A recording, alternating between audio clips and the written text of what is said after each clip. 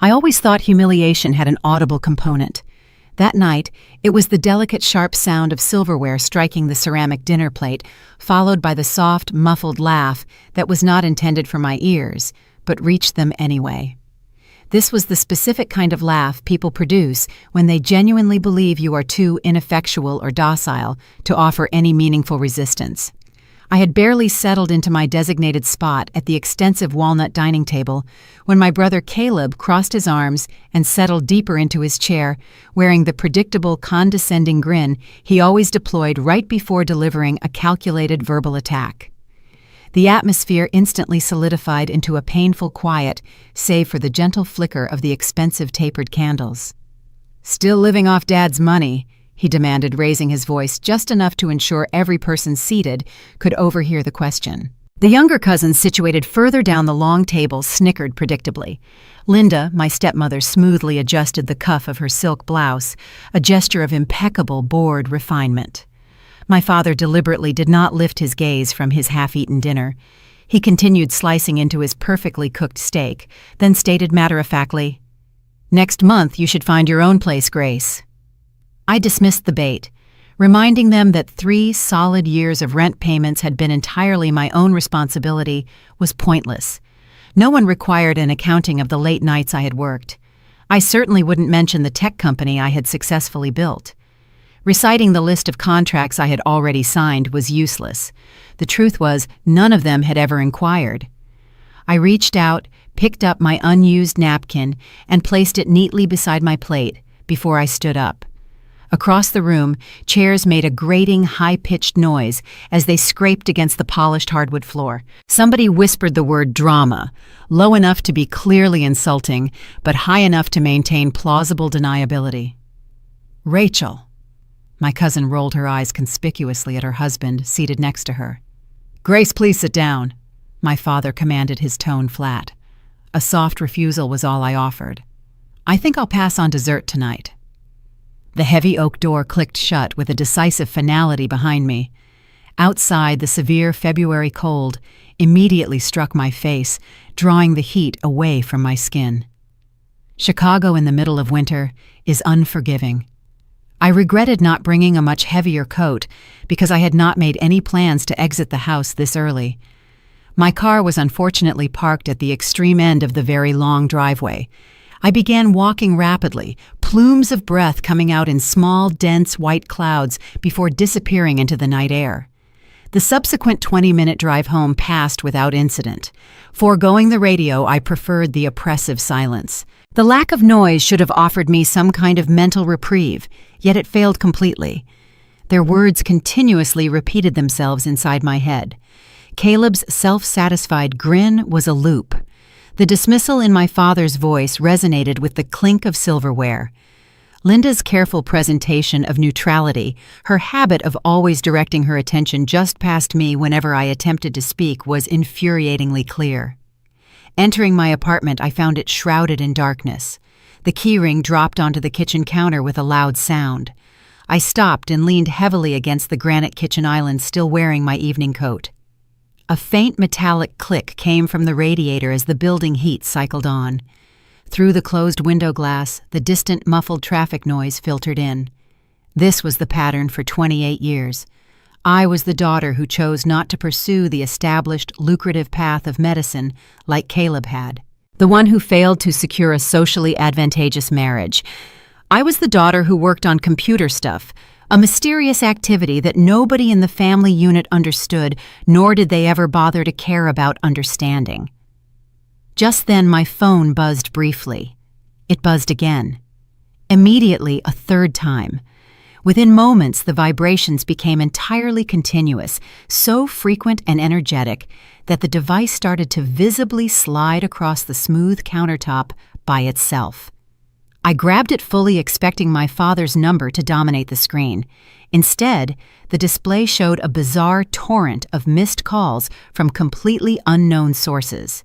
New York area codes blinked rapidly. Boston, San Francisco, and a multitude of local Chicago numbers flashed.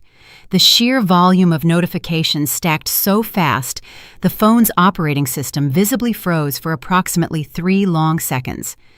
When the display finally unstuck itself, I scrolled down to see the emails. Dozens of new messages were flooding the inbox.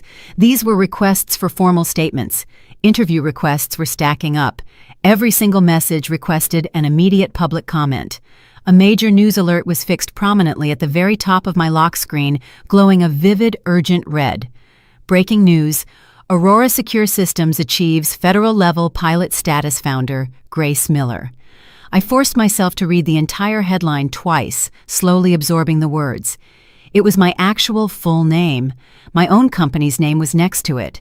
That was the massive federal contract I had been diligently working toward for 18 months, the one that necessitated full security clearances, extensive background checks, and an endless stream of meticulous documentation.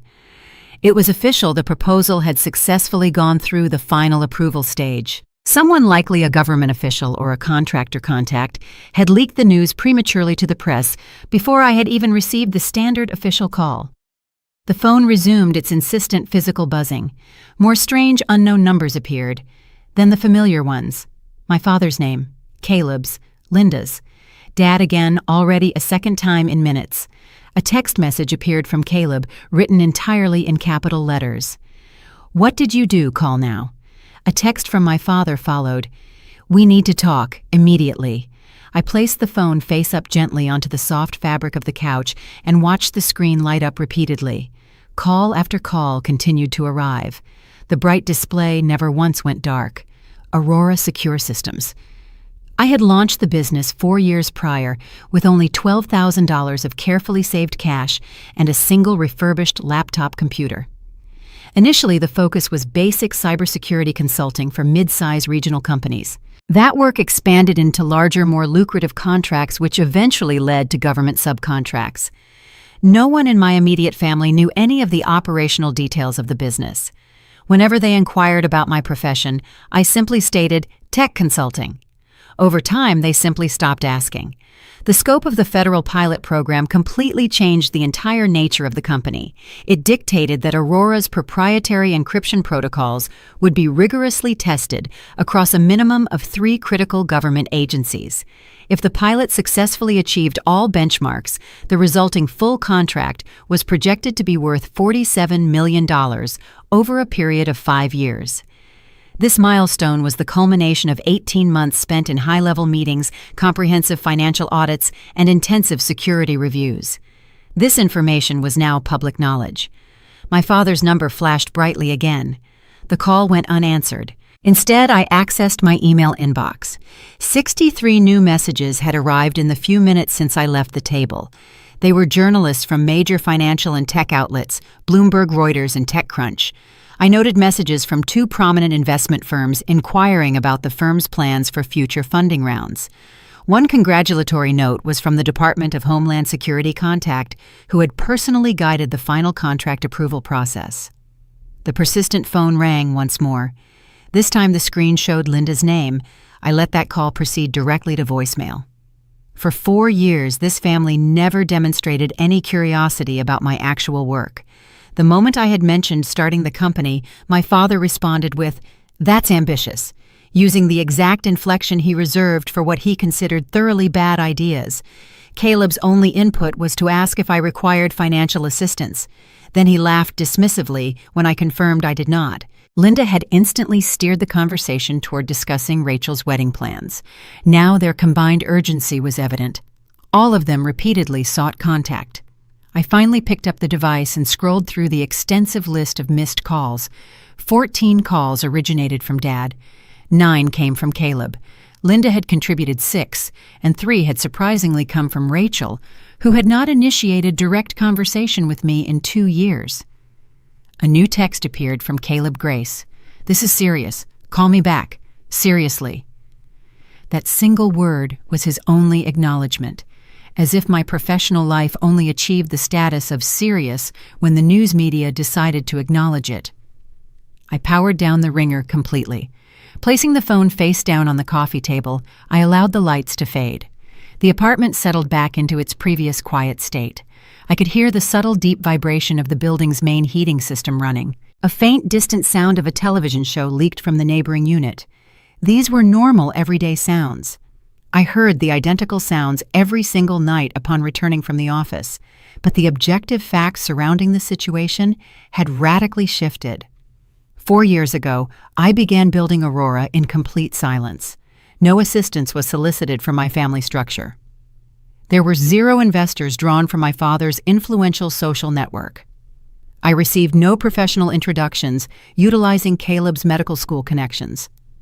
I accomplished the work entirely alone, dedicating nights and weekends to the effort learning contract law fundamentals from online tutorial videos and mastering complex cybersecurity protocols through rigorous online courses. I had certainly made mistakes. The company nearly ran out of capital twice. I kept moving forward regardless of the obstacles. The fact remains, they had failed to notice any of it. They simply lacked the inclination to notice. Presently, they were desperate to converse. I stood and slowly walked toward the window pane. The sprawling city of Chicago spread out far below my vantage point, thousands of artificial lights scattered across the deep encroaching darkness. Somewhere out there in that light, reporters were actively writing stories about my fledgling company.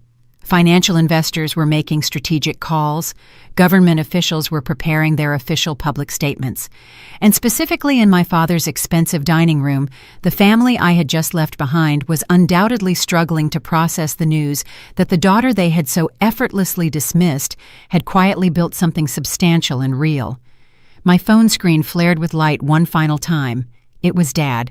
I watched his name glow fiercely for a few seconds before the light finally subsided. The logistics of tomorrow would be complex, calling back all media contacts. I needed to issue formal statements and immediately schedule mandatory high-stakes meetings. Handling the sudden, intense public attention required an immediate, comprehensive plan. Tonight, I remained standing at the window. The cold from the glass was a slight comfort. I permitted the silence to finally settle into the room. They had been afforded years to inquire about the nature of my work. They never took the opportunity. The world was now asking. I stood ready to provide the answer. I woke before the sun. The apartment still dim, the world outside wrapped in the kind of early morning quiet that feels almost fragile. My phone lay exactly where I had abandoned it the previous night, constantly congested with alerts. It continued vibrating every few minutes, an insistent refusal to acknowledge the night's definitive end. Reaching for the device was not my immediate action. I required a brief moment of absolute stillness before I would permit myself to dive into the profound consequences of achieving instant visibility. The central irony of the situation struck me immediately. I had spent years meticulously operating in silence, purposefully building Aurora secure systems from a scattered collection of ideas and carefully borrowed hours, genuinely believing invisibility offered the most robust path to safety. Now the entire world demanded immediate access to me, and the family who previously treated my existence like a simple footnote suddenly behaved as if they had misplaced something immeasurably valuable. The physical air inside the apartment felt perceptibly different that morning, almost as if the atmospheric pressure itself had drastically shifted. I began making coffee, permitting the kettle to hum its low sound, while my mind tirelessly retraced the exact path which had led me to this moment, every single late night spent in cramped, substandard workspaces, every line of code painstakingly stuffed between unrelated freelance jobs, every ignored invitation to the obligatory family gatherings, because I understood precisely how those painful evenings would inevitably conclude. I never constructed Aurora from a place of simple spite or malicious intent. However, the foundational layers beneath the company were unmistakably formed from a lifetime of relentless microaggressions of being consistently told I was inherently less than what I intrinsically knew I could become. Their sustained dismissal sharpened my abilities. Their unwavering favoritism toward Caleb hardened my resolve. Their constant reminders that I should express gratitude for the bare minimum instilled a crucial survival instinct rely on no one but myself. When I finally took hold of the phone, a fresh deluge of missed calls immediately greeted me. Dad's number flashed repeatedly. Caleb alternated between demanding an explanation and sending half-panicked messages. My stepmother Linda had even left a request asking me to touch base, using the precise corporate jargon she deployed exclusively for her interior design clients. I quickly skimmed past all of the family entries. A single voicemail message immediately captured my full attention. It originated not from the family, but was a clipped professional message. A woman with an unmistakable, crisp Boston accent identified herself as a deputy director within the Federal Infrastructure Compliance Bureau. She offered a concise congratulation, then directly requested that I organize a preliminary briefing within 24 hours. Her tone held no trace of skepticism, zero condescension, and absolutely no implied doubt regarding my capability. She spoke to me as an equal, acting as though I had always belonged in that world, like the immense fortified door to federal-level influence had permanently been meant for my passage. That professional difference alone settled an unsteady tremor deep inside me. I dressed rapidly, selecting simple black slacks and a slate gray sweater. These were clothes that deliberately failed to announce anything except competence and seriousness. The reflection staring back at me in the mirror showed a woman who looked significantly calmer than she currently felt. Underneath that quiet, composed exterior, the humiliating memory of the previous night's dinner still simmered intensely, especially the way Caleb had tilted his head smug and fully amused, acting as if my entire existence served purely as material for his commentary. It remained incredible to me that one published headline had so thoroughly flipped the massive dining table they had always comfortably sat at, while I was simply relegated to standing quietly on the periphery. The first professional call I chose to return was intentionally not directed toward any member of my immediate family. I rang May, my indispensable lead engineer. She picked up the line on the very first ring, her voice immediately alert. I saw the alert, Grace, she confirmed instantly. Are you doing all right? Good enough to operate, I replied, keeping my voice level. We will manage the coming wave, May. How is the back-end load holding up this morning? Stable, thankfully, she reported. The traffic spiked overnight exactly as predicted, but it did not stress the core system architecture. Our established auto-scaling protocols kicked in early and handled the load perfectly. Perfect. Keep the logs meticulously tight. We will require absolutely clean data for the upcoming federal pilot review, you know that. Already executed that task. She paused for a slight beat. Brace yourself for the massive press request, Grace. Reporters are circling the building aggressively. Let them circle, I instructed without emotion. They will not gain access unless I decide they should. She laughed softly into the phone, the distinct sound of someone who has personally witnessed the long, grueling nature of the ascent. It genuinely feels like it's finally your turn, doesn't it? Her simple words penetrated deeper than she could have ever known at that moment. Upon concluding our call, I immediately began the drive toward the office location.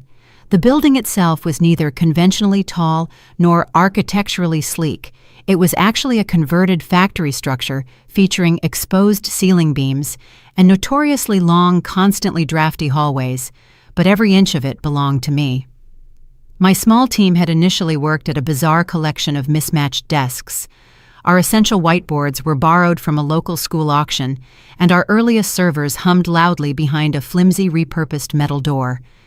Every single upgrade achieved since those lean days had been strictly earned through revenue, never simply gifted. I pushed forcefully through the primary glass entrance door. For a brief, comforting moment, the powerful smell of old, well-worn wood, mixed with the warm scent of concentrated circuitry, hit me with a completely familiar sense of ease. My entire staff was already gathered inside in small clusters, their voices deliberately low, their eyes shining with undeniable excitement. They immediately applauded when they caught sight of me. This was distinctly not the loud, performative kind of applause I vividly remembered from Caleb's insufferable graduation parties. This was significantly quieter, far steadier, and entirely filled with a mutual recognition that stemmed directly from surviving a grueling process together. Jared, our security lead, stepped forward from the small crowd. "Congratulations, Grace. The pilot status is genuinely huge news." "Thank you, Jared," I acknowledged. "But note that this achievement does not change the core way we operate. We will remain rigorous. We will remain quiet. We will stay strictly focused on execution." "Understood," he confirmed. He then lowered his voice, dropping the volume significantly. "Are you fully prepared for whatever your family is about to throw at you?" Now I did not immediately provide an answer to that loaded question. The underlying truth regarding my family was inherently complicated. They were certainly not dangerous in any physical immediate sense. Their particular brand of influence cut in significantly different ways. Small toxic comments intended to narrow my ambition. Subtle damning looks that constantly made me question my own internal capabilities, and whispered dismissive opinions that somehow carried far more detrimental weight than they should have been allowed. They had shaped my personality by slowly eroding my self-worth, never by offering genuine support. "I am ready for what actually matters to this company," I finally asserted. Jared simply nodded once. That confirmation was entirely sufficient for him. I walked steadily down the long hallway toward my isolated office, the consistent rhythm of my footsteps echoing clearly against the concrete floor. Inside the room, my desk was visibly piled high with urgent messages from partners, external agencies, and financial analysts who had collectively spent the past year pretending we did not exist. Overnight, Aurora had instantly transformed into the company they all suddenly craved proximity to. I efficiently sorted through the large stack of documents, marking what specifically required an immediate response and what could strategically wait until later. Halfway through the necessary task, my phone lit up once more. It was Dad. I allowed the phone to ring until it stopped. A text message followed immediately. "Call me this morning." Then a second more insistent text arrived. "This isn't a request, Grace." I placed the device face down on the desk. He had dedicated years of his life reminding me that I was inherently not exceptional. He had spent years instructing me to stay grounded, remain modest, and always stay strictly within my assigned corner. Now he suddenly demanded immediate unearned access to the version of me he had so deliberately refused to foresee. I opened my laptop and immediately shifted my focus exclusively to the complex federal scheduling requests. Work had always served as my most reliable anchor. It represented a universe of pure logic and measurable precision where absolutely no one cared about family hierarchy or the performance of holiday manners. Aurora existed today precisely because I had consistently refused to crumble under the constant weight of their judgment. 20 minutes later, May appeared silently in my office doorway. "The press is outside right now," she stated clearly. "I count 3 different camera crews and 2 field reporters. They are visibly hoping for a formal statement. Tell our security staff to keep them confined to the sidewalk immediately," I replied, my attention remaining fixed on the screen. "We are not issuing any statements to the public today," she acknowledged the instruction. "Also, there is a car illegally parked in the loading zone." I looked up from the screen. "Who is it?" She hesitated for a brief moment. "It is your father." A quiet but absolute rush rolled through my core. It was neither fear nor anger. It was instead a pure, cold certainty. He had completely failed to take the subtle hint. He never did. My father genuinely believed the world would fundamentally bend to his will when he simply leaned hard enough upon it. "Do not buzz him into the building," I instructed clearly. May held my gaze for a moment, visibly evaluating my decision, then nodded sharply and vanished back down the long hallway. I remained firmly seated at my desk, allowing the charged moment to fully settle. Years ago, a surprise visit of this nature from my father would have completely shattered my composure. His disappointment was always skilled at finding the weakest, most vulnerable parts of my psyche first. His prolonged silence felt perpetually like a crushing judgment. His rare approval felt intensely conditional. That specific toxic dynamic had shaped virtually every professional risk I had ever chosen to take, and every hesitation that had inevitably followed. But today, the established balance of power has irrevocably shifted. The immense influence he once wielded over my life entirely evaporated the precise moment the external world learned exactly who I was without requiring his presence. The intercom on my desk crackled suddenly to life. Jared's voice came through sounding strained. "Grace, he is currently insisting on coming inside the main building. Do not permit his entry. I responded calmly with perfect clarity. If he genuinely desires conversation, he can use the phone and call me just like everyone else must. A very long pause followed my statement, then a quiet, definitive, understood. The intercom clicked off into silence. I exhaled slowly, checking my pulse. My heartbeat remained steady, unaffected. I was not hiding from his presence. I felt absolutely no fear of him. I simply recognized that I did not owe him the explanation he had so thoroughly failed to earn. The remainder of the morning proceeded with controlled high intensity. Contracts were finalized, policy updates were reviewed, engineering evaluations were performed. A call with a key federal liaison ended with her stating plainly, "Your team has built something genuinely exceptional, Ms. Miller." Her tone carried deep, unforced respect, not a hint of surprise. That single sentiment felt like pure, invigorating oxygen.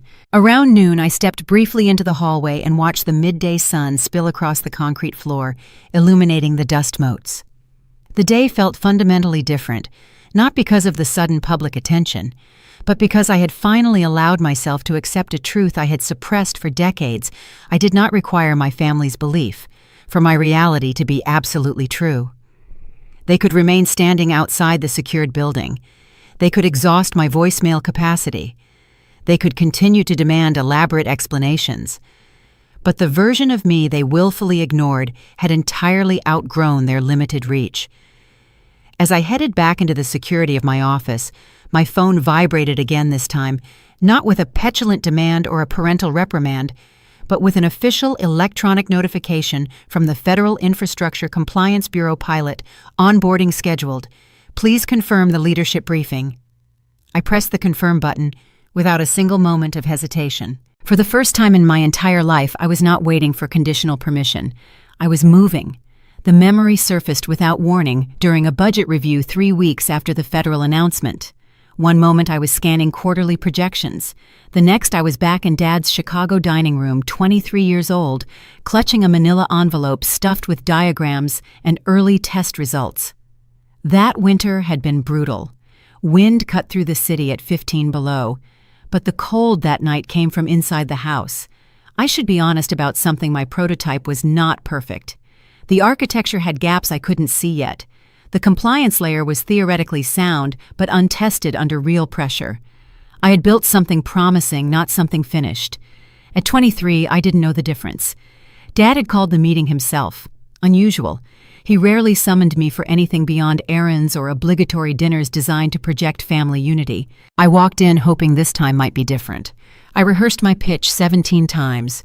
I believed passion would compensate for the holes in my logic. I should have known better. The board members were already seated when I arrived.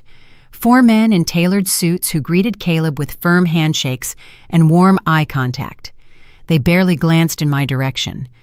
My stepmother offered a tight smile, the kind meant for guests she didn't want but couldn't dismiss. Caleb settled deeper into his chair with a bored air. Dad sat at the head of the table, fingers steepled the envelope I'd given him earlier, resting untouched near his coffee cup. "Let's be efficient," he said. "No greeting, no warmth, controlled authority wrapped in polite indifference. We've reviewed your proposal." For 1 second, my lungs expanded. I imagined support, mentorship, recognition of the hours I'd poured into the design. I imagined Dad seeing me as capable. Then he continued, "It's not viable in its current form." The words landed like a verdict, not an invitation to improve. I opened my mouth, but he kept talking. "The numbers are superficial, projections overly optimistic. The architecture reads like something a graduate student might present at a career fair." One board member chuckled. Another suppressed a smile. I stood frozen. Something in my chest locked shut. "The system works," I managed. "You saw the efficiency metrics, the throughput data." Here is where I must be honest with myself even now. The efficiency metrics were real, but they came from controlled environments. I had never stress-tested the system against adversarial conditions. The throughput data looked impressive on paper, but I had cherry-picked the best results. I didn't lie, but I presented an incomplete truth. Dad nodded once, only to cut me off. You lack leadership experience, no investment background, no credibility in this space. You understand theory, not execution. Innovation requires a foundation you simply don't have. Some of this was dismissive, some of it was accurate. I couldn't tell the difference then. I looked at Caleb. He didn't blink, he didn't flinch. He looked entertained, but also something else I refused to recognize at the time interested. He was actually reading my diagrams while I defended myself. Dad slid a second folder across the table. The room tilted. "This," he said, "is a practical path. Caleb will take over the project." My pulse hammered against my ribs. "He'll rebrand your prototype as seed technology for a new compliance division. He has the polish, the network, the judgment this requires." Caleb finally spoke. "The core concept is solid grace. The execution needs work. I can bring in people who know how to scale this properly." His tone wasn't cruel. It wasn't mocking. It was matter of fact, the way someone discusses acquiring an asset rather than stealing from a sibling. That made it worse. "You can't do this," I whispered. But even as the words left my mouth, a small voice asked, "Can they? Is my prototype really ready?" Would I have been able to answer investor questions I hadn't anticipated? Could I have navigated regulatory requirements? I barely understood. I silenced that voice. I had to. Doubt felt like betrayal. Dad didn't raise his voice. He never needed to. His tone carried decades of authority. "Caleb will make it workable. We'll credit you as a contributor."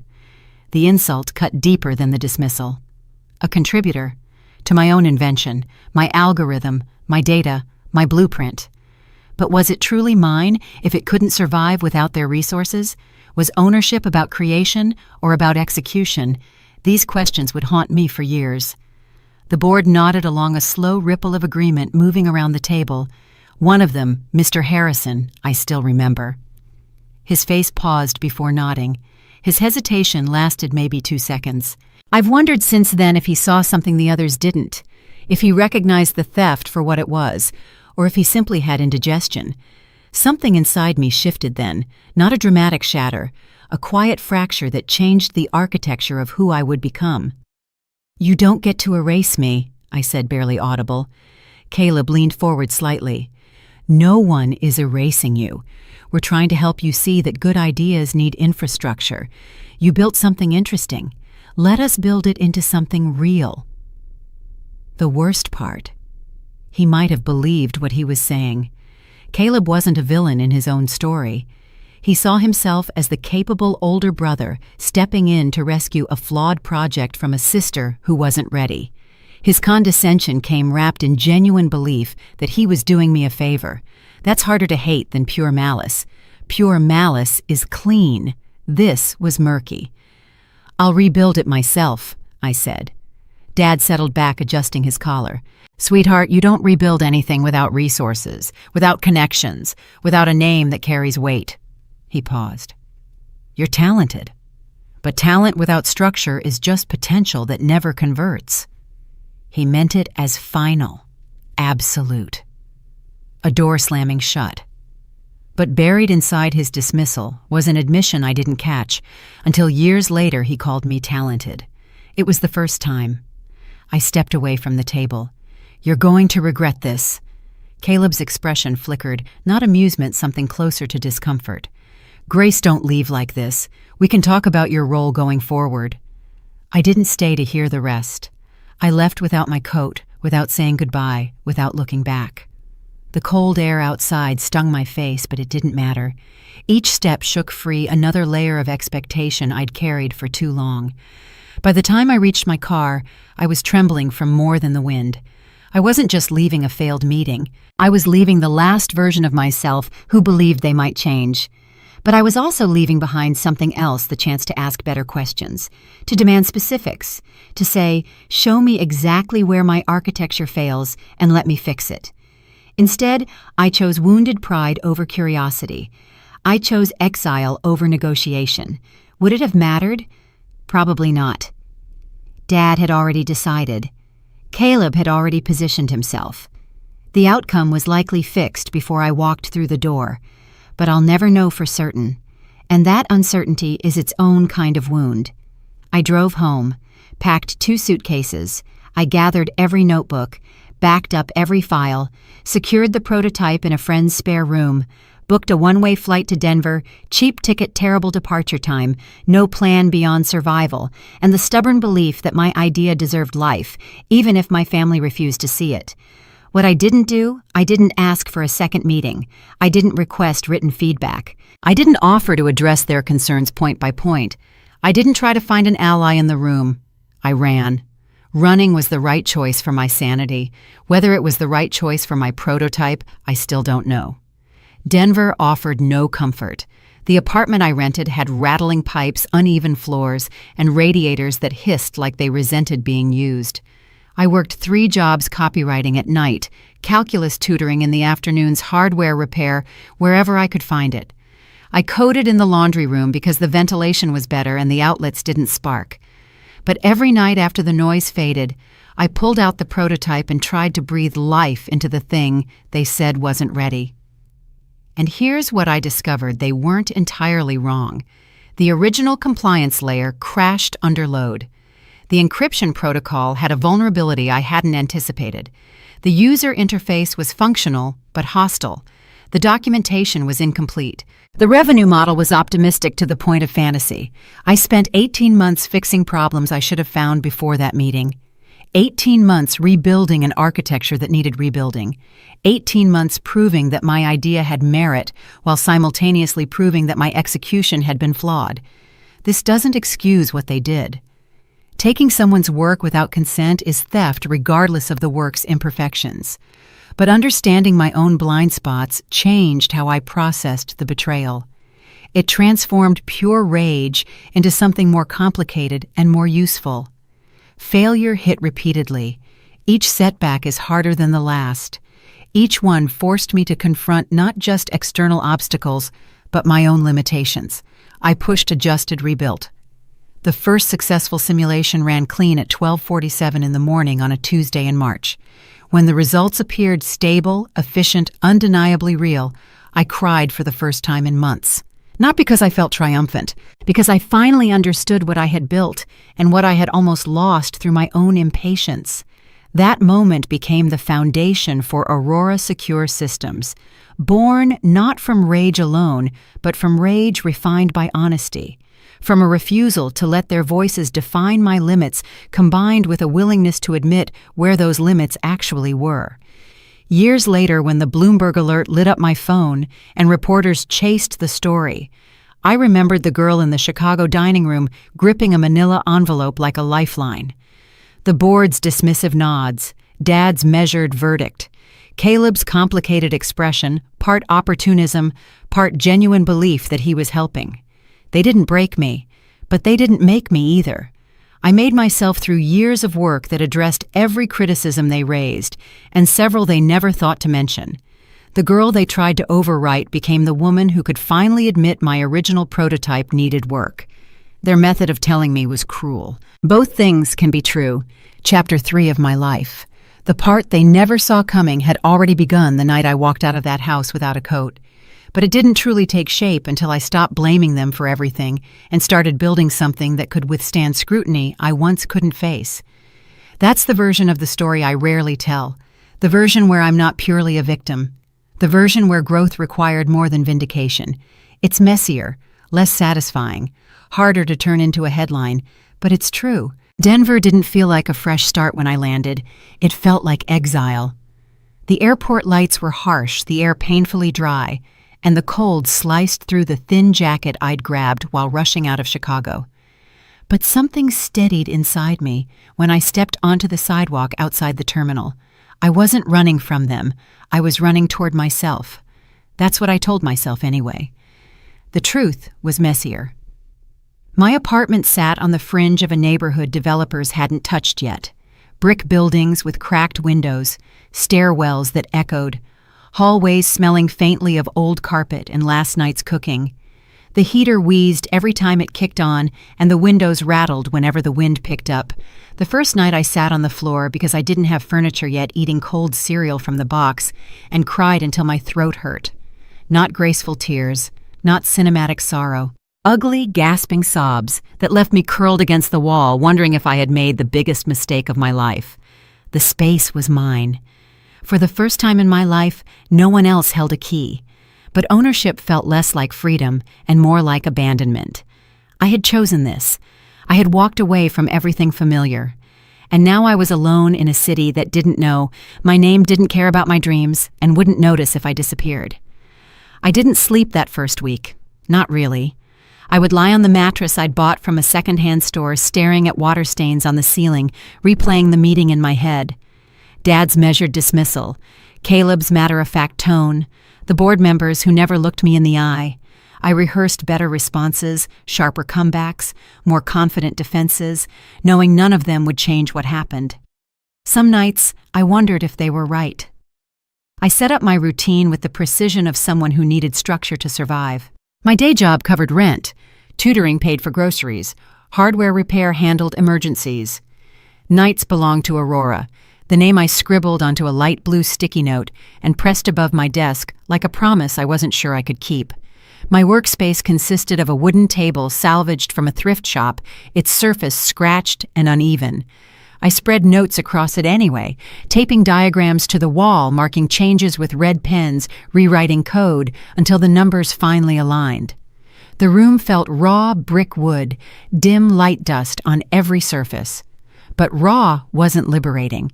Not at first. Raw was terrifying. There were days I couldn't get out of bed. Days when the weight of what I was attempting pressed so hard against my chest that breathing felt like labor. I would stare at the code on my screen, knowing exactly what needed to be fixed, and feel absolutely paralyzed. My hands wouldn't move. My brain wouldn't engage. I would just sit there watching the cursor blink, hating myself for being weak. I called in sick to my day job more times than I should have. Canceled tutoring sessions because I couldn't face another person.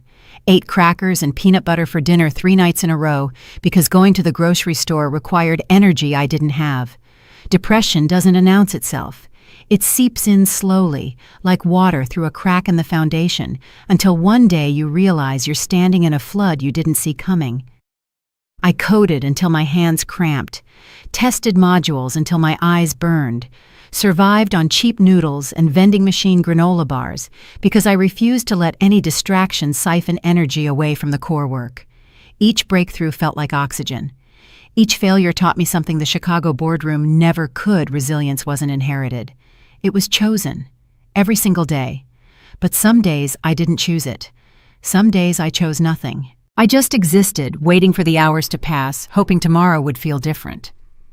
One evening, while reworking the dynamic compliance layer, I noticed the margins in my old research notebooks. They were filled with Dad's comments from over the years. Too ambitious. Flawed logic. Needs supervision. Not scalable. In Chicago, those notes had crushed me. In Denver, I wanted them to become fuel. They didn't. Not automatically. Not magically. Instead, I found myself reading them over and over, searching for evidence that he was wrong, and sometimes finding the opposite. Some of his criticisms were valid. Some of my logic was flawed. Some of my ambitions were untethered from reality. Admitting this didn't feel like growth. It felt like drowning. I rewrote every line he had dismissed, and with every revision, the old version of myself fought back. She wanted vindication, not improvement. She wanted to prove them wrong, not to become better. She was angry, and anger was easier than honesty. The first working prototype didn't come together in a triumphant rush. It came together slowly, painfully, after months of false starts and abandoned approaches. The night it finally ran clean, a winter storm had cut power to half the block. Sudden darkness shocked me into stillness. Silence filled the room except for the faint hum of a backup battery I'd installed weeks earlier. The device on the table glowed in my flashlight beam. I held my breath and ran the test again, slower this time, watching every segment respond exactly as designed. The mapping was held. The compression layer didn't choke. The engine processed without crashing. Everything worked. I didn't stand and cheer, didn't call anyone. I simply touched the prototype gently and let the truth settle. I had done this alone. No resources, no investors, no family name backing me, just grit, and a blueprint they dismissed as impossible. And then I cried again, not from joy, from exhaustion, from relief, from the terrifying realization that success didn't erase the pain that preceded it. The months of doubt, the nights of despair, the moments when I genuinely considered giving up, they didn't disappear because the test passed. They stayed with me, embedded in the achievement, like cracks in a repaired vase. I called my mother the next morning. Not Dad, not Caleb, just Mom.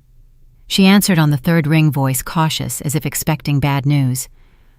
"I built something," I said, "something real." Silence stretched across the line.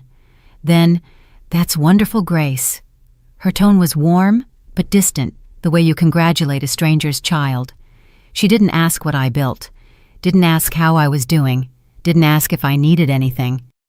The conversation lasted 4 minutes. When I hung up, I felt more alone than before I called.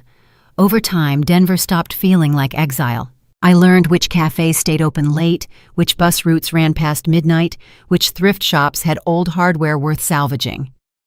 A rhythm emerged, unsteady at first, then solid enough to build on. But I never stopped being scared. I just got better at functioning while terrified.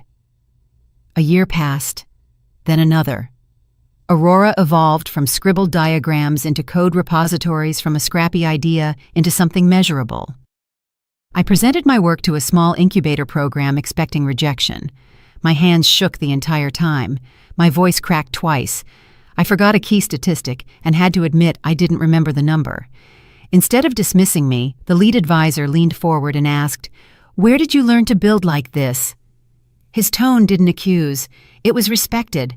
That moment mattered more than he knew, not because it validated my work, but because it validated that imperfection didn't disqualify me.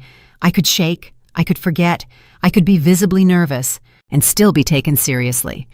The incubator gave me a workspace barely more than a converted storage room, but it had stable power and a door that locked.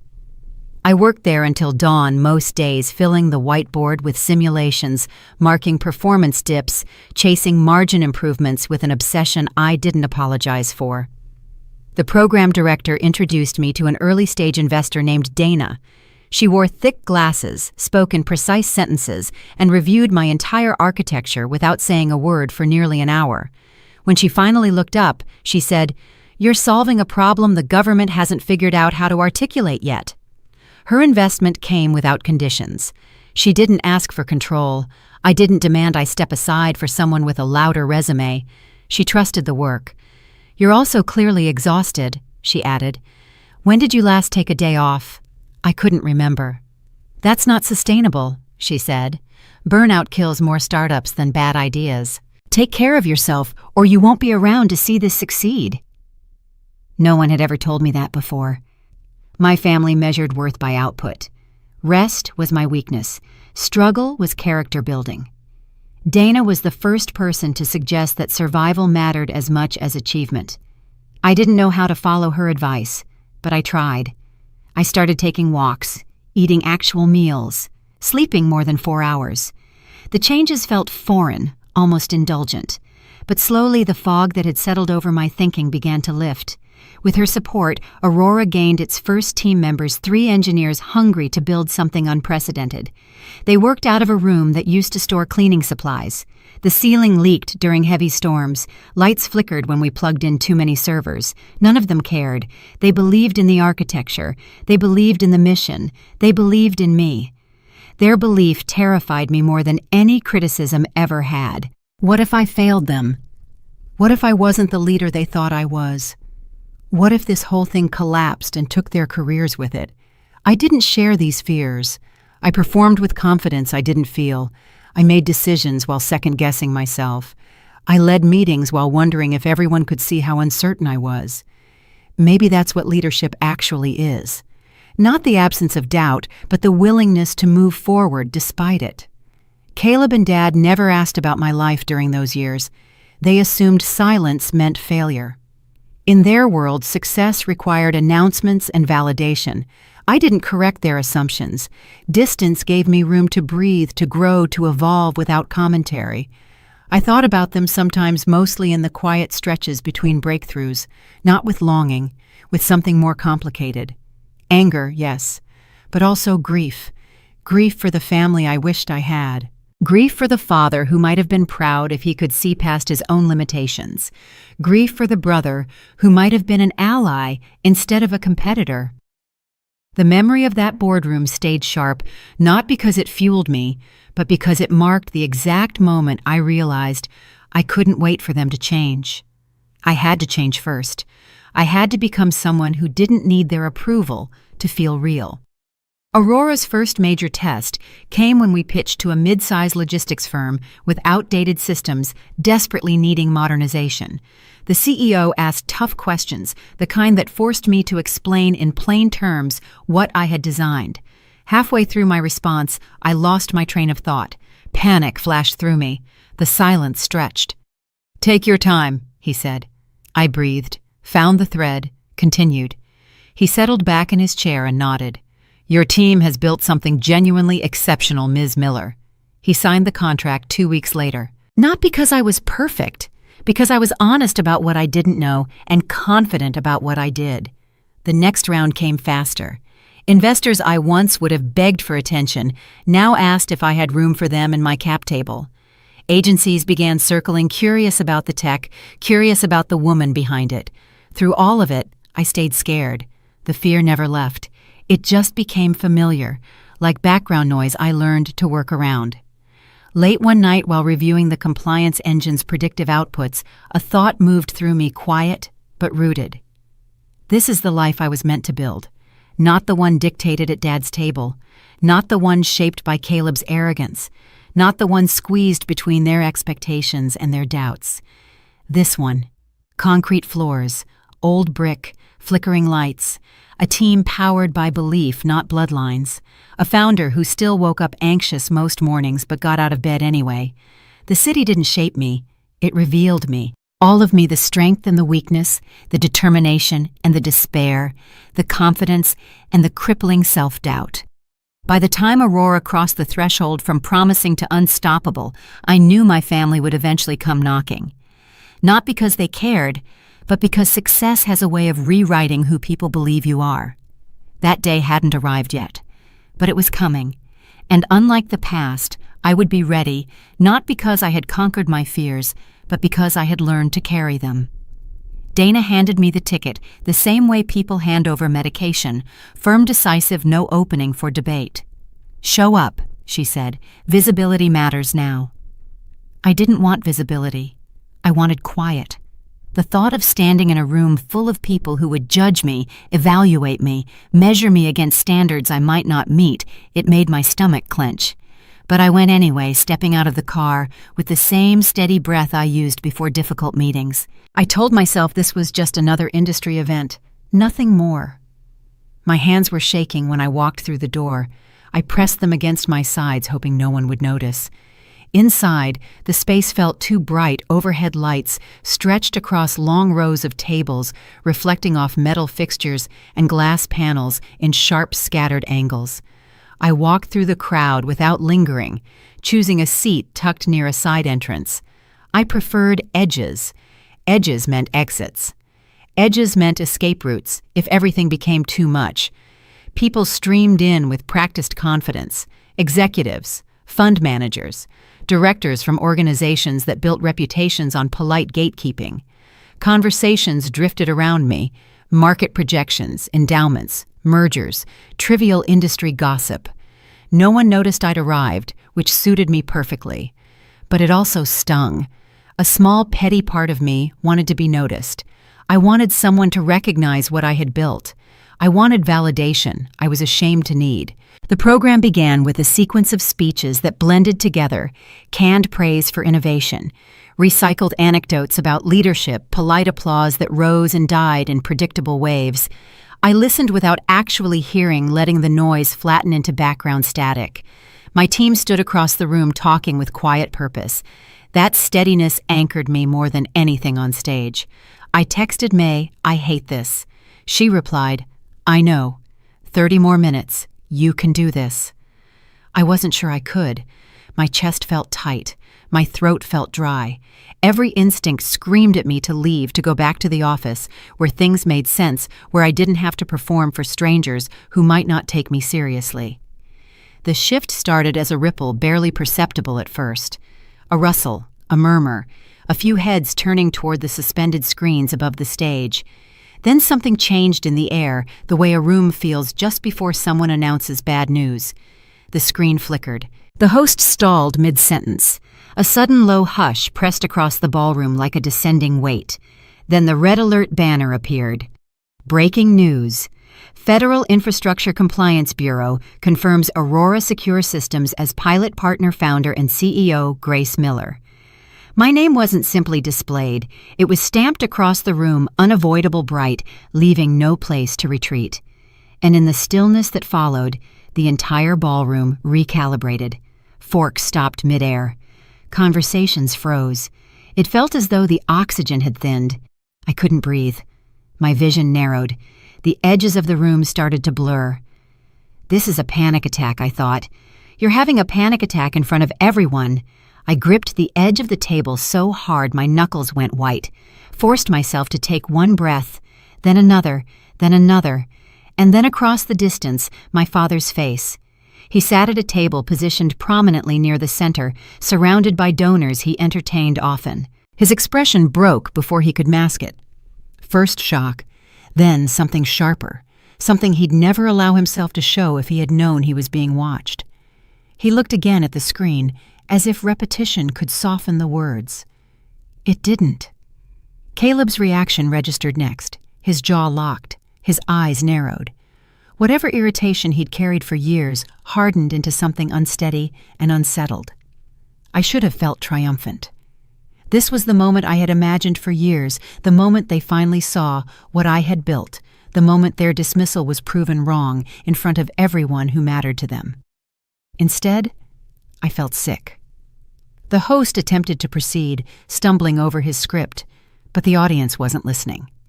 The attention in the room had shifted sharply. It wasn't admiration. It wasn't applause. It was scrutiny, the kind that feels like a spotlight even when no beam is pointed at you.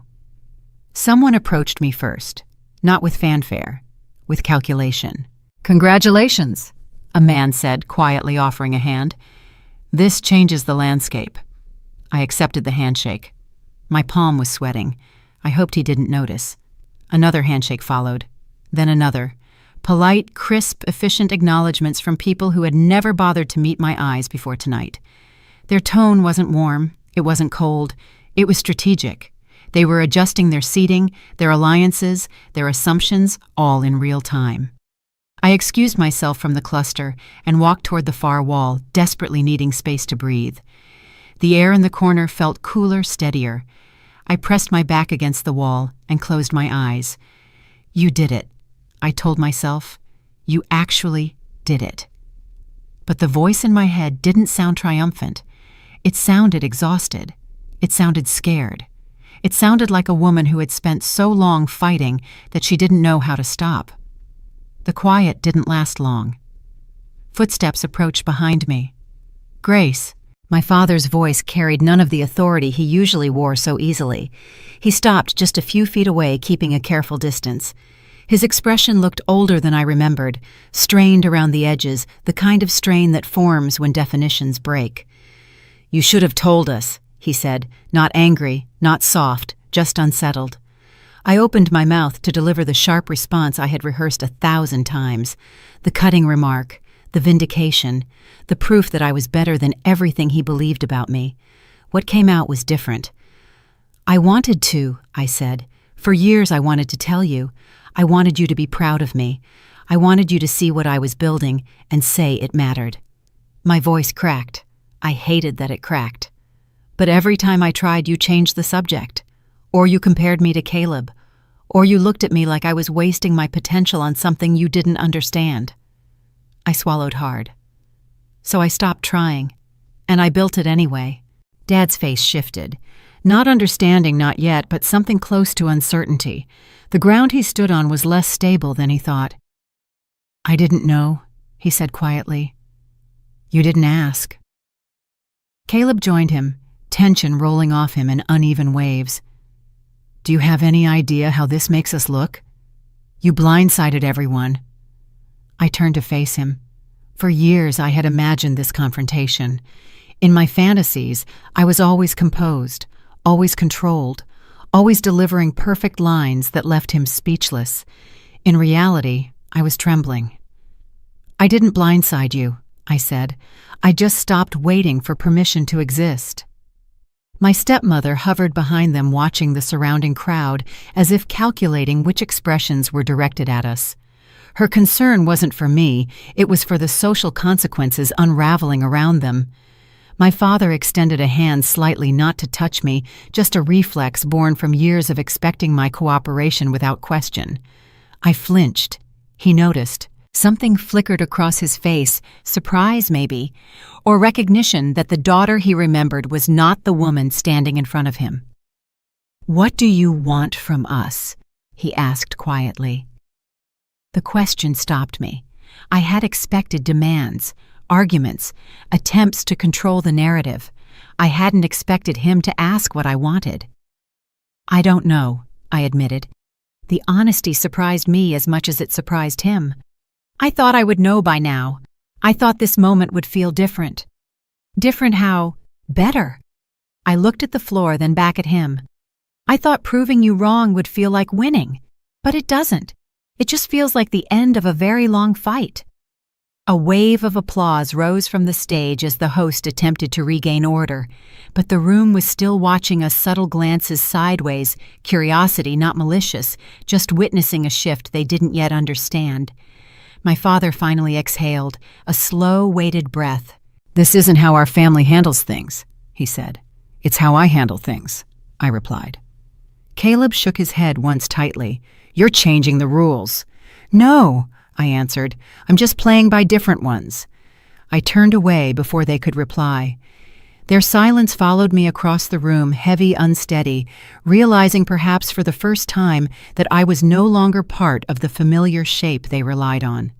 I made it to the bathroom before the tears came, locked myself in a stall, sat on the closed toilet lid, and let everything I had been holding back finally break loose. I cried for the 23-year-old who walked out of that boardroom believing she had lost everything. I cried for the years in Denver eating crackers for dinner, wondering if she would ever be enough.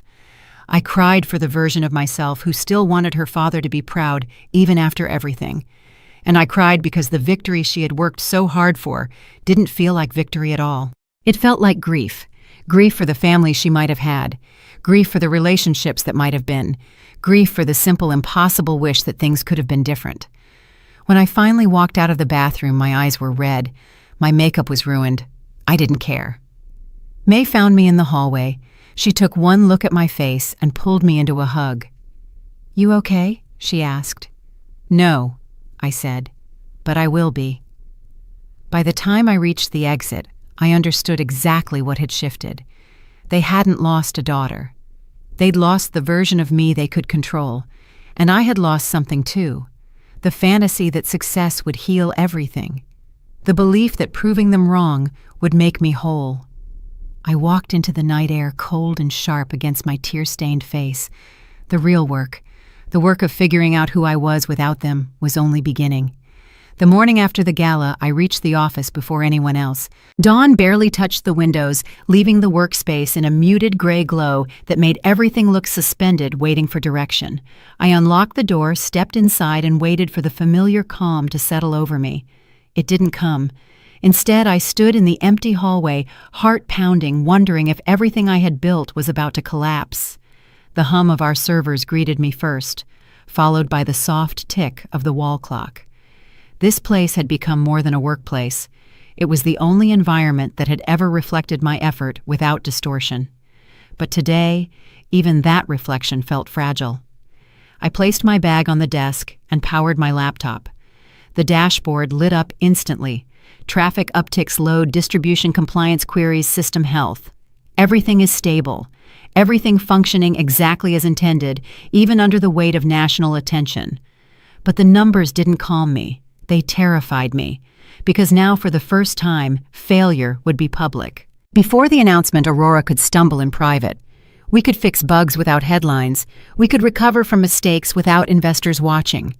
Now every flaw would be magnified. Every weakness would be analyzed. Every decision I made would be scrutinized by people who wanted me to fail.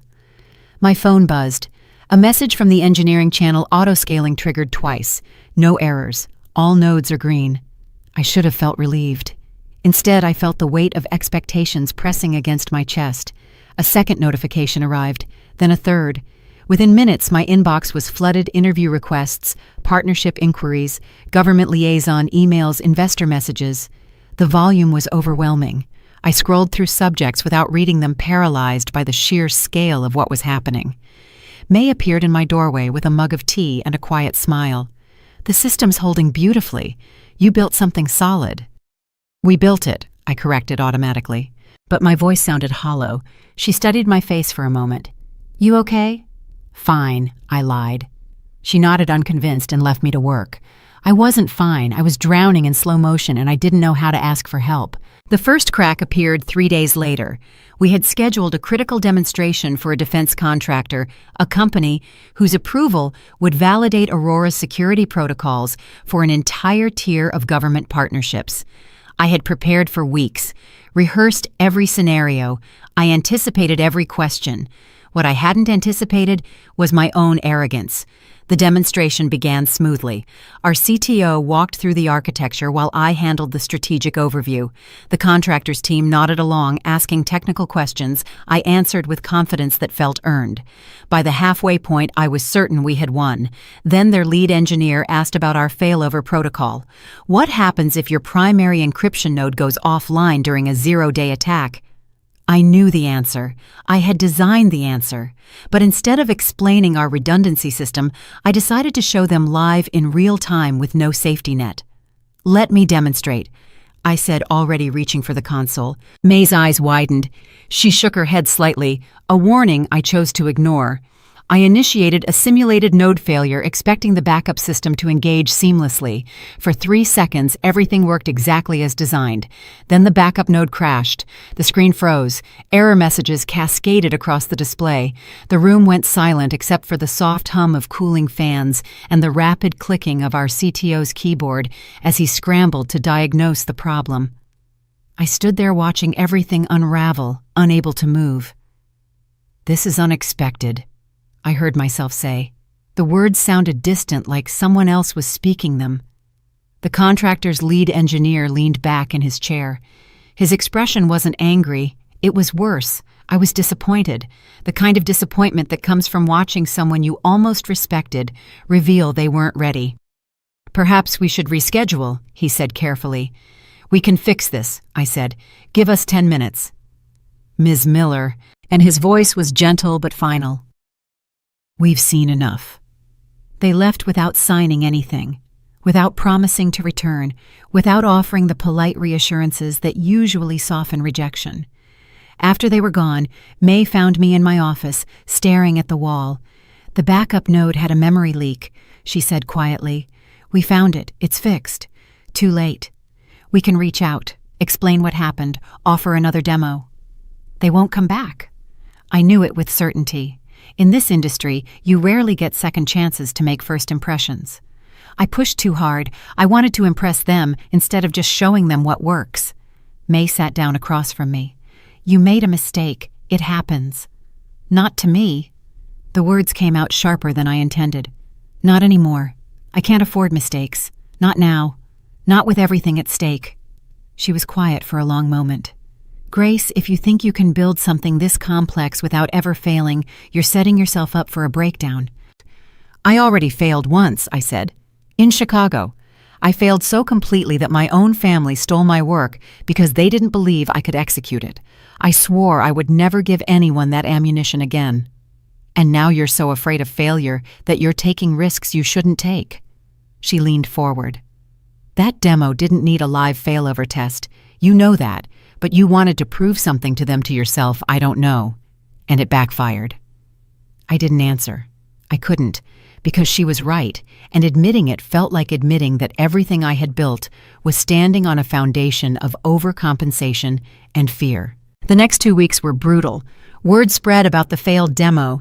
Not publicly, our industry is small enough that gossip travels through private channels, but enough that I noticed hesitation in conversations that used to flow easily.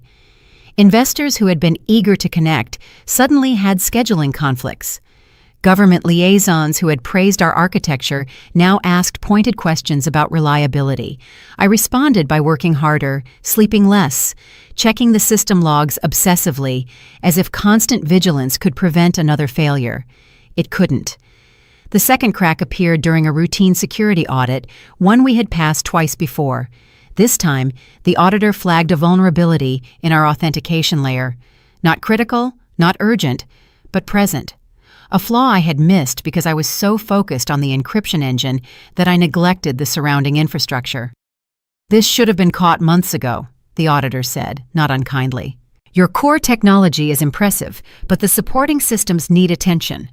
I thanked him for his thoroughness, promised to address the issue immediately, smiled professionally until he left the building. Then I locked myself in my office and didn't come out for 6 hours. May found me again that evening sitting in the dark. "The authentication fix is deployed," she said. "Jared ran the tests. Everything passes." "Good." She didn't leave. Instead, she sat down on the floor across from my desk, her back against the wall. "When was the last time you ate?" she asked. I couldn't remember. "When was the last time you slept more than 4 hours?" I couldn't remember that either. "Grace," her voice was soft but firm, "you're falling apart." "I'm fine." "You're not fine. You're running on fumes and fear, and it's affecting your judgment. The live demo was a mistake born from overconfidence. The authentication gap was a mistake born from tunnel vision.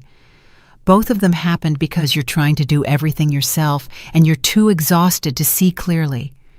"What am I supposed to do?" The question came out ragged. "Stop, slow down." The world doesn't slow down. The contracts don't wait. The competitors don't rest. If I stop, everything stops. "That's not true," she said. "You built a team. You hired people who are capable and committed.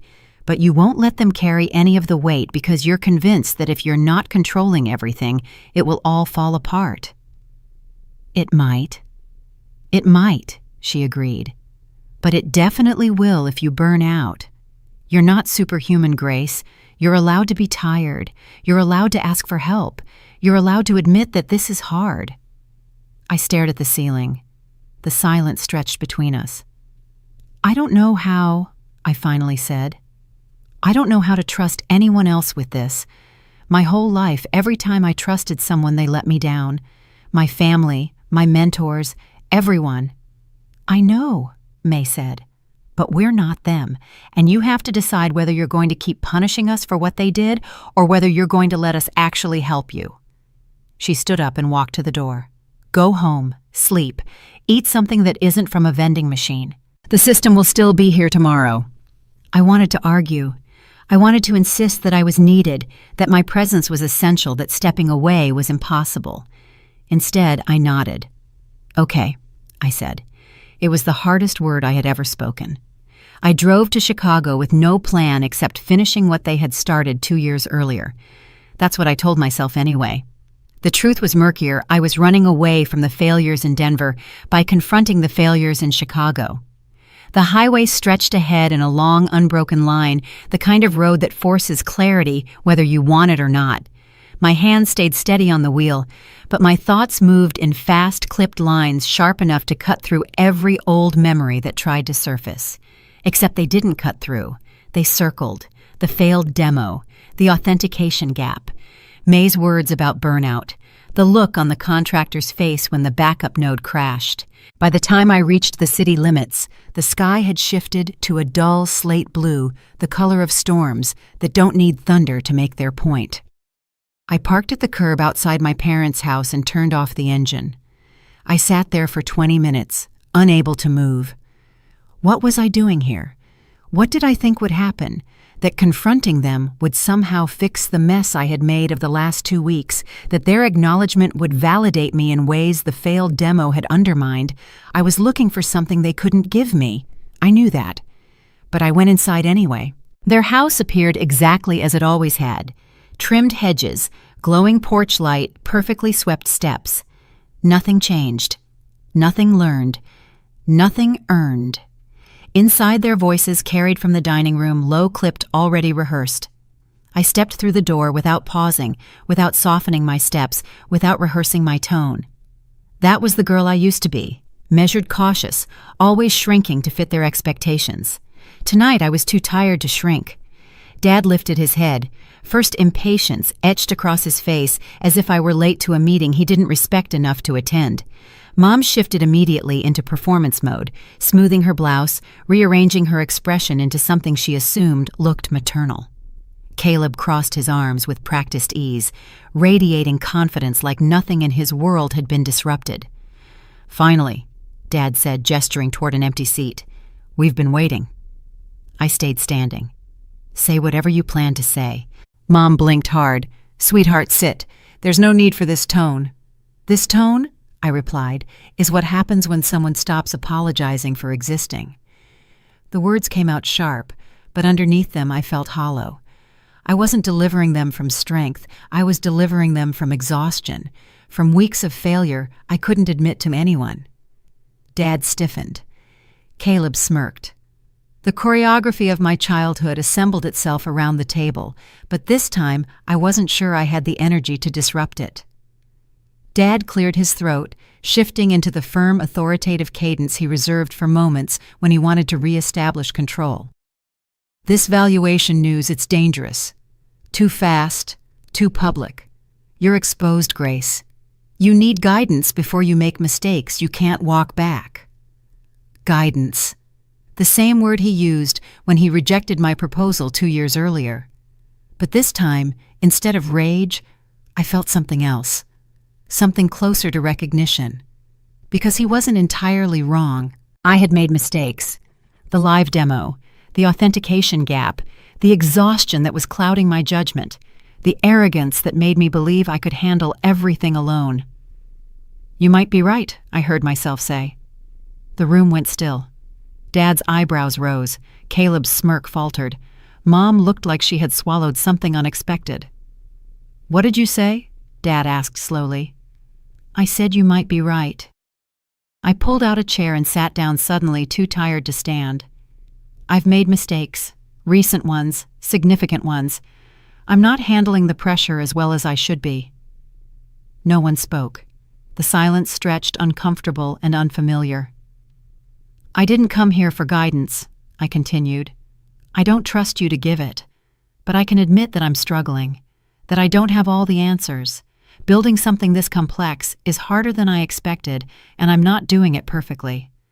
Caleb leaned forward. "So you're saying you need help?" "I'm saying I'm human. There's a difference." Dad's expression shifted, not softening exactly, but recalibrating. He wasn't used to this version of me, the version that could admit weakness without collapsing into it. "Why are you telling us this?" he asked. The question stopped me. I didn't have a clear answer. "Because I'm tired of pretending," I finally said. "I'm tired of performing with strength I don't always feel. I'm tired of treating every conversation with you like a battle I have to win. I'm tired of hating you for things that happened years ago while refusing to admit that I'm not perfect either." Mom's eyes glistened. "Grace?" "I'm not asking for forgiveness," I said quickly. "I'm not asking for a relationship. I'm just telling you the truth. Maybe for the first time. I don't know what I want from you. I don't know if there's anything you can give me, but I know that carrying this anger is exhausting, and I don't want to do it anymore." The silence returned, but it felt different now, less hostile, more uncertain. Caleb spoke first. "I didn't realize you were struggling." "You didn't ask." "Would you have told me if I did?" I considered the question. "Probably not. But maybe that's something I need to change too." Dad rubbed his temples. "This is a lot to process." "I know. I don't know how to respond." "I know that too." We sat there, the four of us, in a silence that wasn't comfortable but wasn't combative either. Something had shifted, not reconciliation, not forgiveness, but acknowledgement. Acknowledgement that the people we had been weren't the only people we could be. "I should go," I said eventually. "Stay for dinner." Mom offered. Her voice was tentative, uncertain. Not tonight. I stood. But maybe another time. Dad nodded slowly. We'd like that. I wasn't sure if I believed him. I wasn't sure if I believed myself. But the words felt like a small step toward something neither of us could name yet. I walked to the door, then paused. I'm not who you think I am, I said, not turning around. But I'm also not who I've been pretending to be. I'm somewhere in between, and I'm trying to figure out where that leaves us. I didn't wait for a response. Outside, the cold night air hit my face, sharp and grounding. I walked to my car, slowly letting the silence settle around me. For years, I had imagined this confrontation as a victory, a moment where I would prove them wrong and walk away triumphant. Instead, I walked away tired, uncertain, humans. And somehow that felt more honest than any victory could have been. The drive back to Denver was quiet. No triumphant music, no sense of closure, just the hum of the engine and the slow realization that the hardest battles aren't fought with other people. They're fought with the versions of ourselves we've outgrown. I didn't know what would happen with my family. I didn't know if the damage could be repaired or if we would always be strangers who shared DNA but nothing else. But I knew one thing: I was done pretending to be invincible. The woman who landed in Denver 4 years ago believed she had to be perfect to survive. The woman driving back tonight understood that perfection was just another kind of prison. Real strength wasn't about never failing. It was about failing, admitting it, and choosing to keep going anyway. When I finally reached my apartment, I didn't check the system logs. I didn't respond to emails. I didn't plan tomorrow's meetings. I took a shower, ate a real meal, went to bed at a reasonable hour. And for the first time in weeks, I slept without dreaming of everything that could go wrong. I blended back into the gala crowd before anyone could steer me toward the table I'd walked away from. The music carried a lighter rhythm, yet underneath it ran a subtle thrum, an awareness that the headline looping across the screens had rearranged the evening's social landscape. I stopped near the dessert display, watching guests who were suddenly recalibrating how close they should stand to me. It was an odd thing witnessing strangers shift their footing around my presence, unsure whether to speak or simply observe. I hadn't gone looking for attention, but it found me the moment the screens lit up with my name. A man in a gray suit approached, carrying 2 glasses of sparkling water. His tone was warm but respectful. Ms. Miller. My wife and I saw the announcement. Congratulations. Truly remarkable. I thanked him with a small nod. He didn't linger, didn't press for anything, just smiled and stepped back. That brief, measured courtesy felt more genuine than the whispers circling around us. Before I could finish a breath, Caleb appeared at my side. His expression was tight, his movements clipped, as if he'd walked through a wall to get to me. He positioned himself squarely between me and a nearby group, still trying to pretend they weren't watching. "You're making this harder," he said under his breath. "Why walk around like this? Dad's furious. You're embarrassing him." "I'm taking space," I answered. "That's all." "This isn't the time to make statements," he muttered. "This isn't a press tour for whatever you're running. It's a company," I corrected. "And it's not whatever." The correction hit him harder than it should have. He shifted his stance, recalibrating. "Grace, that valuation puts you at risk. Federal contracts attract political attention, legal oversight, and aggressive auditing. You can't just, I've handled it. You don't even know what's coming," he snapped quietly. "You can't navigate that alone. You need someone who understands compliance, someone with my background." A soft laugh escaped me, not out of amusement but disbelief at how familiar this script felt. "Tell me something, Caleb. What exactly would you be managing risk?" he fired back. "Regulations change constantly. You can't predict that. My platform does. That's why it was approved." His eyes flicked to my face, carrying irritation he couldn't hide. "You're throwing around buzzwords." "No," I said evenly. "I'm naming features you dismissed as a hobby." He stepped closer. "You can't run a large operation based on instinct. You need advisors, people who've worked inside established institutions." "You mean people Dad trusts," I said. "Don't do that," he muttered. "Don't twist it. I'm not twisting anything. I'm describing the part you leave out." He held my gaze, then looked away, jaw shifting. "You know Dad wants what's best. Dad wants control," I said softly. "And you want to stay relevant." His mouth opened, but nothing came out. He wasn't angry, just shaken. For the first time he realized the story he'd built for himself didn't match the one unfolding around him. "You're treating me like the problem," he whispered. "You're not the problem I said. You're the barrier I moved through." The truth landed between us with a weight neither of us spoke into. He stayed frozen, his sense of hierarchy slipping faster than he could catch it. I walked away first. He didn't follow. The far end of the ballroom was quieter, lit softly with amber lamps and surrounded by antique maps displayed in glass cases. A waiter passed with a tray I didn't touch. Donors whispered as I walked by, but their tones held curiosity rather than doubt. One woman lifted her hand in a small, wordless gesture of recognition. I returned a nod. As I paused near one of the display tables, a familiar pair approached the Wilkersons. They carried themselves with the quiet assurance of people who didn't need to announce their status. "We wanted to congratulate you," Mr. Wilkerson said. "Your work is extraordinary." His wife added, "Most people lead with ego. You lead with substance. It's refreshing." Their words were so simple and grounded that I felt them land. I thanked them sincerely. It wasn't flattery, it was acknowledgement without an agenda. When they moved on, a ripple passed through the crowd. People stepped aside instinctively as the chairman of the Hale Foundation approached. The same man my father spent years trying to impress. The same man who never once looked in my direction at any previous event. He came directly to me. "Ms. Miller," he said, extending his hand, "your work has been the subject of several board discussions. I'd appreciate speaking with you later tonight if your schedule permits." Not Dad's schedule, not the family's agenda. Mine. I agreed, and he nodded once before walking away. No theatrics, no performance, just respect. The shift in the room sharpened. Not loud, not dramatic, but unmistakable, like someone had tilted the entire environment by a few degrees. Across the ballroom, my father finally registered what was unfolding. His face tightened as the chairman passed him, without a glance. Not even a polite nod. That tiny omission did more damage to his worldview than any confrontation could have. It stripped away the illusion he'd curated for decades that he held influence simply because he believed he should. For the first time, he was standing in a room that didn't orbit around him. I didn't move toward him. I didn't soften. I didn't offer reassurance. I simply stood in the version of myself he had refused to acknowledge. The orchestra shifted to its final set, and I realized something I hadn't felt earlier in the night. I wasn't trying to belong here anymore.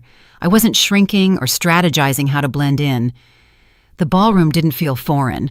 I wasn't the person who used to apologize for taking up space, and everyone watching, Dad included, could see it plainly. Chapter 1. The Dinner They Will Not Forget. I always thought humiliation had an audible component. That night, it was the delicate, sharp sound of silverware striking the ceramic dinner plate, followed by the soft, muffled laugh that was not intended for my ears, but reached them anyway. This was the specific kind of laugh people produce when they genuinely believe you are too ineffectual or docile to offer any meaningful resistance. I had barely settled into my designated spot at the extensive walnut dining table when my brother Caleb crossed his arms and settled deeper into his chair, wearing the predictable, condescending grin he always deployed right before delivering a calculated verbal attack. The atmosphere instantly solidified into a painful quiet, save for the gentle flicker of the expensive tapered candles. "Still living off Dad's money?" he demanded, raising his voice just enough to ensure every person seated could overhear the question. The younger cousin, situated further down the long table, snickered predictably. Linda, my stepmother, smoothly adjusted the cuff of her silk blouse, a gesture of impeccable bored refinement. My father deliberately did not lift his gaze from his half-eaten dinner. He continued slicing into his perfectly cooked steak, then stated matter-of-factly, "Next month you should find your own place, Grace." I dismissed the bait, reminding them that 3 solid years of rent payments had been entirely my own responsibility was pointless. No one required an accounting of the late nights I had worked. I certainly wouldn't mention the tech company I had successfully built. Reciting the list of contracts I had already signed was useless. The truth was, none of them had ever inquired. I reached out, picked up my unused napkin, and placed it neatly beside my plate before I stood up. Across the room, Chairs made a grating, high-pitched noise as they scraped against the polished hardwood floor. Somebody whispered the word drama low enough to be clearly insulting, but high enough to maintain plausible deniability. "Rachel!" My cousin rolled her eyes conspicuously at her husband seated next to her. "Grace, please sit down," my father commanded, his tone flat. A soft refusal was all I offered. "I think I'll pass on dessert tonight." The heavy oak door clicked shut with a decisive finality behind me. Outside, the severe February cold immediately struck my face, drawing the heat away from my skin. Chicago in the middle of winter is unforgiving. I regretted not bringing a much heavier coat because I had not made any plans to exit the house this early. My car was unfortunately parked at the extreme end of the very long driveway. I began walking rapidly, plumes of breath coming out in small, dense white clouds before disappearing into the night air. The subsequent 20-minute drive home passed without incident. Foregoing the radio, I preferred the oppressive silence. The lack of noise should have offered me some kind of mental reprieve, yet it failed completely. Their words continuously repeated themselves inside my head. Caleb's self-satisfied grin was a loop. The dismissal in my father's voice resonated with the clink of silverware. Linda's careful presentation of neutrality, her habit of always directing her attention just past me whenever I attempted to speak, was infuriatingly clear. Entering my apartment, I found it shrouded in darkness. The key ring dropped onto the kitchen counter with a loud sound. I stopped and leaned heavily against the granite kitchen island, still wearing my evening coat. A faint metallic click came from the radiator as the building heat cycled on. Through the closed window glass, the distant muffled traffic noise filtered in. This was the pattern for 28 years. I was the daughter who chose not to pursue the established lucrative path of medicine like Caleb had, the one who failed to secure a socially advantageous marriage. I was the daughter who worked on computer stuff, a mysterious activity that nobody in the family unit understood, nor did they ever bother to care about understanding. Just then, my phone buzzed briefly. It buzzed again. Immediately, a third time. Within moments, the vibrations became entirely continuous, so frequent and energetic, that the device started to visibly slide across the smooth countertop by itself. I grabbed it fully, expecting my father's number to dominate the screen. Instead, the display showed a bizarre torrent of missed calls from completely unknown sources. New York area codes blinked rapidly. Boston, San Francisco, and a multitude of local Chicago numbers flashed. The sheer volume of notifications stacked so fast, the phone's operating system visibly froze for approximately 3 long seconds. When the display finally unstuck itself, I scrolled down to see the emails. Dozens of new messages were flooding the inbox. These were requests for formal statements. Interview requests were stacking up. Every single message requested an immediate public comment. A major news alert was fixed prominently at the very top of my lock screen, glowing a vivid, urgent red. Breaking news. Aurora Secure Systems achieves federal-level pilot status, founder Grace Miller. I forced myself to read the entire headline twice, slowly absorbing the words. It was my actual full name. My own company's name was next to it. That was the massive federal contract I had been diligently working toward for 18 months, the one that necessitated full security clearances, extensive background checks, and an endless stream of meticulous documentation. It was official the proposal had successfully gone through the final approval stage. Someone, likely a government official or a contractor contact, had leaked the news prematurely to the press before I had even received the standard official call. The phone resumed its insistent physical buzzing. More strange, unknown numbers appeared. Then the familiar ones. My father's name.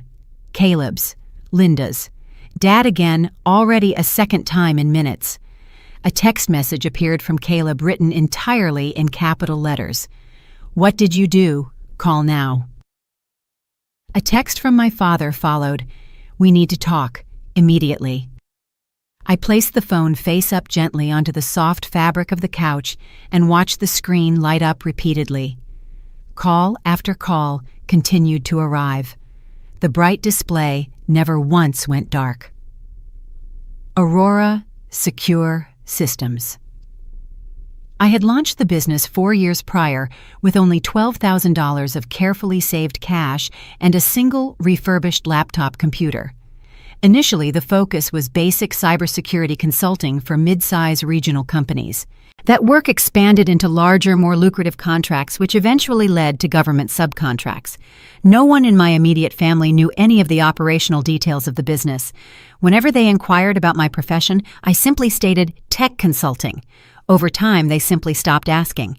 The scope of the federal pilot program completely changed the entire nature of the company. It dictated that Aurora's proprietary encryption protocols would be rigorously tested across a minimum of 3 critical government agencies. If the pilot successfully achieved all benchmarks, the resulting full contract was projected to be worth $47 million over a period of 5 years. This milestone was the culmination of 18 months spent in high-level meetings, comprehensive financial audits, and intensive security reviews. This information was now public knowledge. My father's number flashed brightly again. The call went unanswered. Instead, I accessed my email inbox. 63 new messages had arrived in the few minutes since I left the table. They were journalists from major financial and tech outlets, Bloomberg, Reuters, and TechCrunch. I noted messages from 2 prominent investment firms inquiring about the firm's plans for future funding rounds.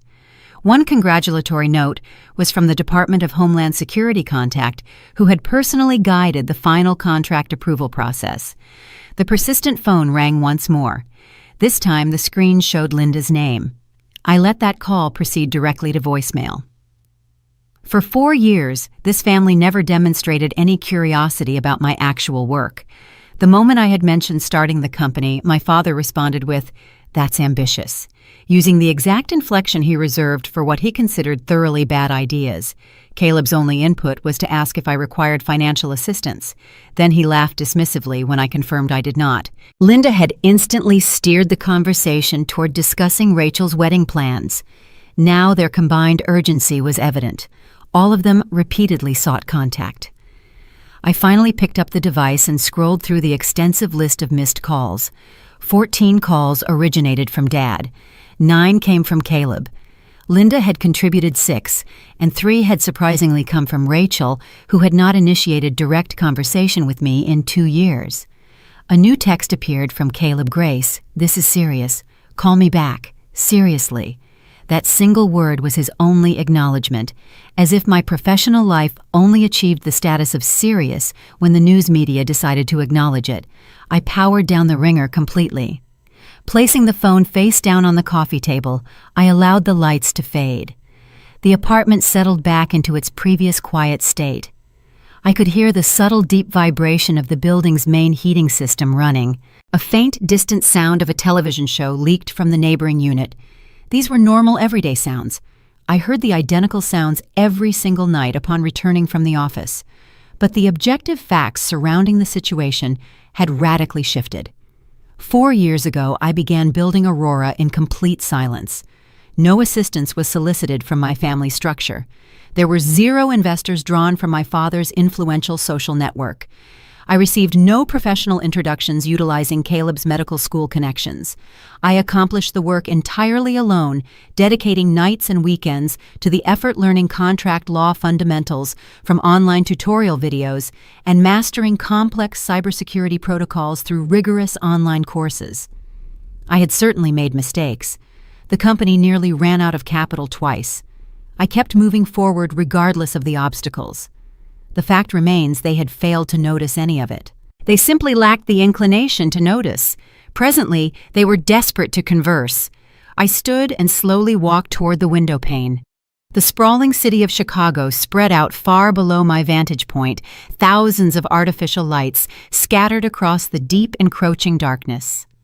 Somewhere out there in that light, reporters were actively writing stories about my fledgling company.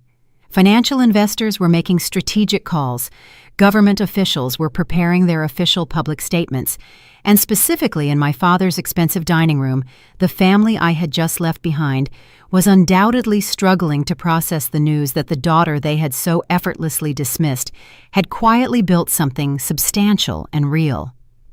My phone screen flared with light one final time. It was Dad. I watched his name glow fiercely for a few seconds before the light finally subsided. The logistics of tomorrow would be complex, calling back all media contacts. I needed to issue formal statements and immediately schedule mandatory high-stakes meetings. Handling the sudden, intense public attention required an immediate, comprehensive plan. Tonight, I remained standing at the window. The cold from the glass was a slight comfort. I permitted the silence to finally settle into the room. They had been afforded years to inquire about the nature of my work. They never took the opportunity. The world was now asking. I stood ready to provide the answer. I left the house before dawn, the sky still an indigo wash stretching across the horizon. The street lay empty except for a few porch lights flickering against the cold. I didn't look back. There was nothing behind me that required a second glance. My focus shifted entirely to the day ahead, the real day, the one built on deadlines, infrastructure reports, and operational decisions that didn't pause for family drama. The ride back to the city felt quiet in a way that wasn't lonely. It was the quiet of a life no longer interrupted by old expectations or unsolicited commentary. As the buildings sharpened into view, I opened my laptop and connected to the system dashboard. The console populated instantly latency readings, load distribution compliance alerts, all lined in neat, precise rows. The world they questioned ran smoothly, with or without their doubts. Server load 63%. Auto-scaling active. Threat mapping stable. Traffic spike from the Bloomberg alert rising, controlled, predictable. My CTO sent a message as I rode through the last stretch of the freeway. The spike is steady. Adjustments initiated. No anomalies. His tone remained concise, almost surgical. It was the language of people who trusted the work because they had seen it function under pressure, not because they needed the illusion of leadership to soothe their insecurities. A second notification arrived immediately after. Largest enterprise client requesting to accelerate Phase 3. Feasible window 72 hours. I drafted a reply with a single line, "Proceed." Preparation begins today, and I closed the thread. Inside the office, early sunlight spilled across the floor-to-ceiling windows, painting long silver stripes across polished concrete. A few staff members nodded as I passed, nothing dramatic, only acknowledgement that the day had begun. I didn't need applause. I needed clarity. By 7 in the morning, my leadership team gathered in the conference room, papers, open screens glowing with data. My CTO began with updates. Infrastructure absorbed last night's peak without hitting thresholds. The new caching layer performed better than predicted. We are seeing a latency improvement of 1.7 milliseconds across the core network, which is critical for the defense logistics contract. Good, I said. Prioritize enterprise accounts. Funnel non-essential signups into next week's queue. Confirm the new encryption key exchange protocol is fully integrated across all team deployment stations by close of business. The policy director spoke next, flipping through a binder filled with briefs. Commerce wants a scheduled briefing to discuss the legal implications of predictive compliance technology. The Treasury needs clarification on the cross-border compliance chain for our European clients. Defense Logistics is requesting an audit date for the second week of next month. Schedule the audit first, I replied. Their team moves fastest with early directives. Give Treasury the full compliance document, but defer the commerce briefing until after the audit. I want to go into that discussion with a clean sheet. She made notes rapidly, posture alert. No hesitation, no second guessing. She didn't question whether I understood the stakes. She knew I built the system that carried them. At 9 sharp, the COO of a logistics corporation joined via video call. His image flickered briefly before stabilizing. We're ready to finalize the 7-year contract for all our North American and Pacific hubs, he said. We need one final confirmation that your compatibility layer won't disrupt our legacy operations during the transition phase. It won't, I answered. The layer runs passively for the first 5 days, mapping traffic flow without engaging the engine. Full deployment completes in 6 weeks, not affecting your operational throughput by even 1% during the switch. That timeline works, he said, visibly relieved. We'll send the final papers by 12:30 today. Documents exchanged, revisions reviewed, signature executed. No celebration, just logistics. A congressional advisor called Next Voice, clipped and efficient. We need throughput limits for your failure response protocol, specifically how quickly it can revert to a known stable state without data loss in a zero-day scenario. Documented and verified, I said. The system maintains a rollback capability of 0.03 seconds. I'll send the latest model by noon. You can stress test the simulator directly. He hung up without further comment. That was normal. Precision didn't need courtesy. Throughout the morning, I moved between decisions with quiet efficiency, approving an encryption budget increase, adjusting a project timeline, reviewing the updated infrastructure diagram. Every task reminded me of the years I had lived in that shadowed space where no one asked what I was capable of because they were already convinced I couldn't be capable of much. That world was gone. Around midday, the assistant knocked on my office door. Your advisory panel is ready. We have the former Undersecretary of Defense, the lead compliance partner from a major law firm, and the CEO of a successful publicly traded cybersecurity company. 4 specialists entered figures with real experience, not family friends appointed to keep appearances. They spread documents across the table discussing expansion feasibility, regulatory strain, and risk exposure. They didn't patronize, correct, or condescend. They asked direct questions because they expected direct answers. And I gave them everything they needed. System metrics, architectural logic, operational buffers, margins for error, redundancies for outages. No bluffing, no stalling. Data spoke for itself. When the meeting ended, the lead architect closed his folder. Your timeline is aggressive, he said, but possible. The architectural integrity is superior to anything we've evaluated in the past 5 years. That's all we need, I replied. The room emptied, leaving me with the hum of the HVAC system and the shifting glow of early afternoon light. Nothing dramatic, just the steady rhythm of work unbroken by unnecessary noise. Around 3, I stepped into the hallway for a brief moment of quiet. Staff moved around me, but no one hovered. They respected boundaries, because I had built a workspace that didn't rely on intimidation to function. The notification came as I stood near the window, Commerce Procurement Agreement, ready for final approval. I returned to my desk, read every line, corrected one technical detail, and signed. Moments later, the confirmation timestamp appeared. Permanent.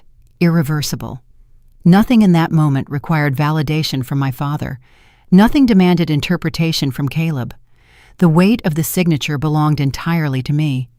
By 6, I shut down my laptop. The office had begun to empty, conversations fading as staff gathered their bags and jackets. I walked through the lobby and stepped outside into the crisp evening air. The street buzzed with the low roar of traffic, people crossing lights, shifting, nothing symbolic, nothing dramatic. Just the end of a long day, lived on my terms. My phone buzzed again, a message from my CTO. Deployment ready. Waiting for your go. I typed one line, begin deployment. Then I slipped the phone into my coat pocket and walked down the sidewalk. Tonight didn't mark a turning point. It wasn't a milestone or a closure or a triumphant moment wrapped in grand emotion. It was routine, and that more than anything was the quiet proof of how far I had traveled from the life I left behind. I arrived at my parents' house the next evening without expecting warmth, apology, or clarity. The porch light glowed exactly as it always had, steady and rehearsed, as if the house were posing for a role it had played for decades. Mom opened the door before I knocked. Her expression was neither welcoming nor cold, just calculated. The kind of expression you wear when you're not sure which version of yourself will be most useful. "Dinner is ready," she said, stepping aside. The table held 3 plates, nothing more. No centerpieces, no carefully arranged linens. It looked modest, almost humble, a performance of simplicity designed to make me feel comfortable. I recognized the tactic. They had always been skilled at staging environments. I took the seat closest to the window. The quiet settled instantly, thick, but not hostile.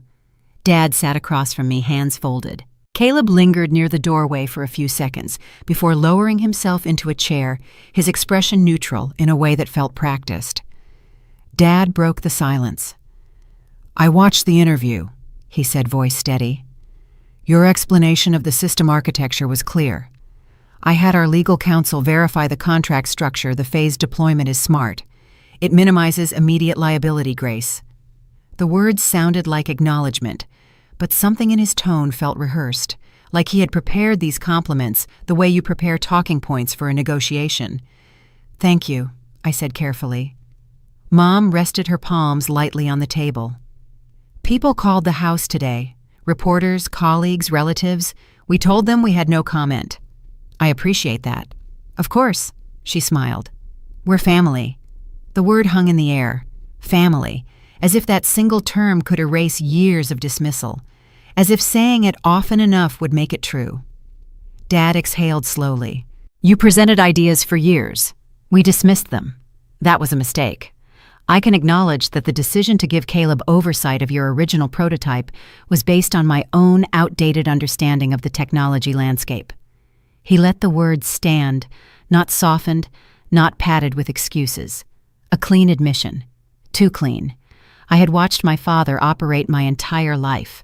He never admitted fault without an angle, never conceded ground unless he planned to claim something larger in return. "What do you want?" I asked. Dad's eyebrows rose. "Want? You didn't invite me here to apologize. You invited me here because my company just became valuable enough to notice. So what do you actually want?" The silence shifted. Caleb's jaw tightened almost imperceptibly. Mom's smile flickered before resettling into place. Dad leaned forward. "Grace, that's unfair. We're trying to repair what a relationship you never valued in the first place." I kept my voice level. "You didn't call me once during the 3 years I was building Aurora in Denver. Not once. No birthday cards, no holiday invitations, nothing. And now that my face is on Bloomberg, suddenly you want to have dinner and talk about family? That's exactly what this is." I looked at each of them in turn. "I'm not stupid. I know how you think. You're calculating how my success reflects on you. You're wondering if there's a way to position yourselves as supporters of something you actively tried to destroy." Caleb finally spoke. "You're being paranoid." "Am I?" I turned to face him. 2 years ago, you took my prototype and rebranded it as your own project. You didn't improve it, you just put your name on it. And when it failed, you blamed the original concept instead of your execution.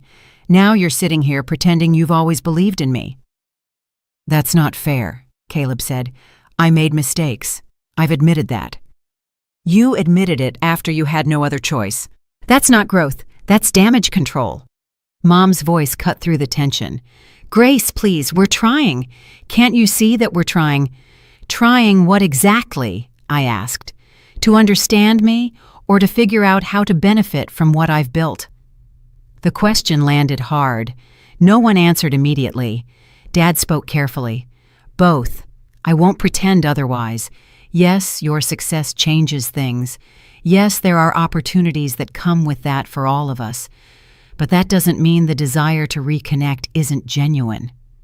At least he was being honest, or honest enough. "What kind of opportunities?" I pressed. He hesitated. Caleb looked away. "The foundation has been approached by several investment groups," Dad finally said. "They're interested in partnerships that involve family businesses, your company included." There it was, the real agenda. "So you want to use my success to leverage your own deals." "I want to explore mutually beneficial arrangements," Dad corrected. "There's nothing wrong with family members supporting each other's ventures." "There is when those family members spent years tearing me down." I pushed back from the table. "You don't get to dismiss someone for a decade and then show up asking for partnerships when they succeed despite you."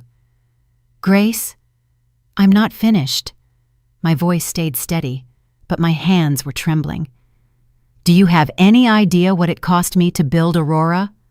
The years I spent eating crackers for dinner because I couldn't afford groceries, the nights I couldn't sleep because I was terrified of failing, the relationships I destroyed because I was too exhausted to be present for anyone."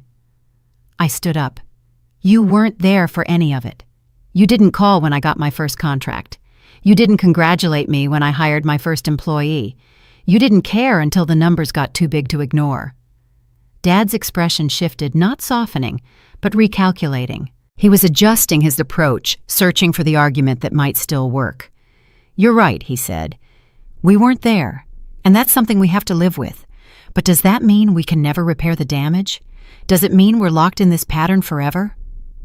The question stopped me, because I didn't have a clear answer.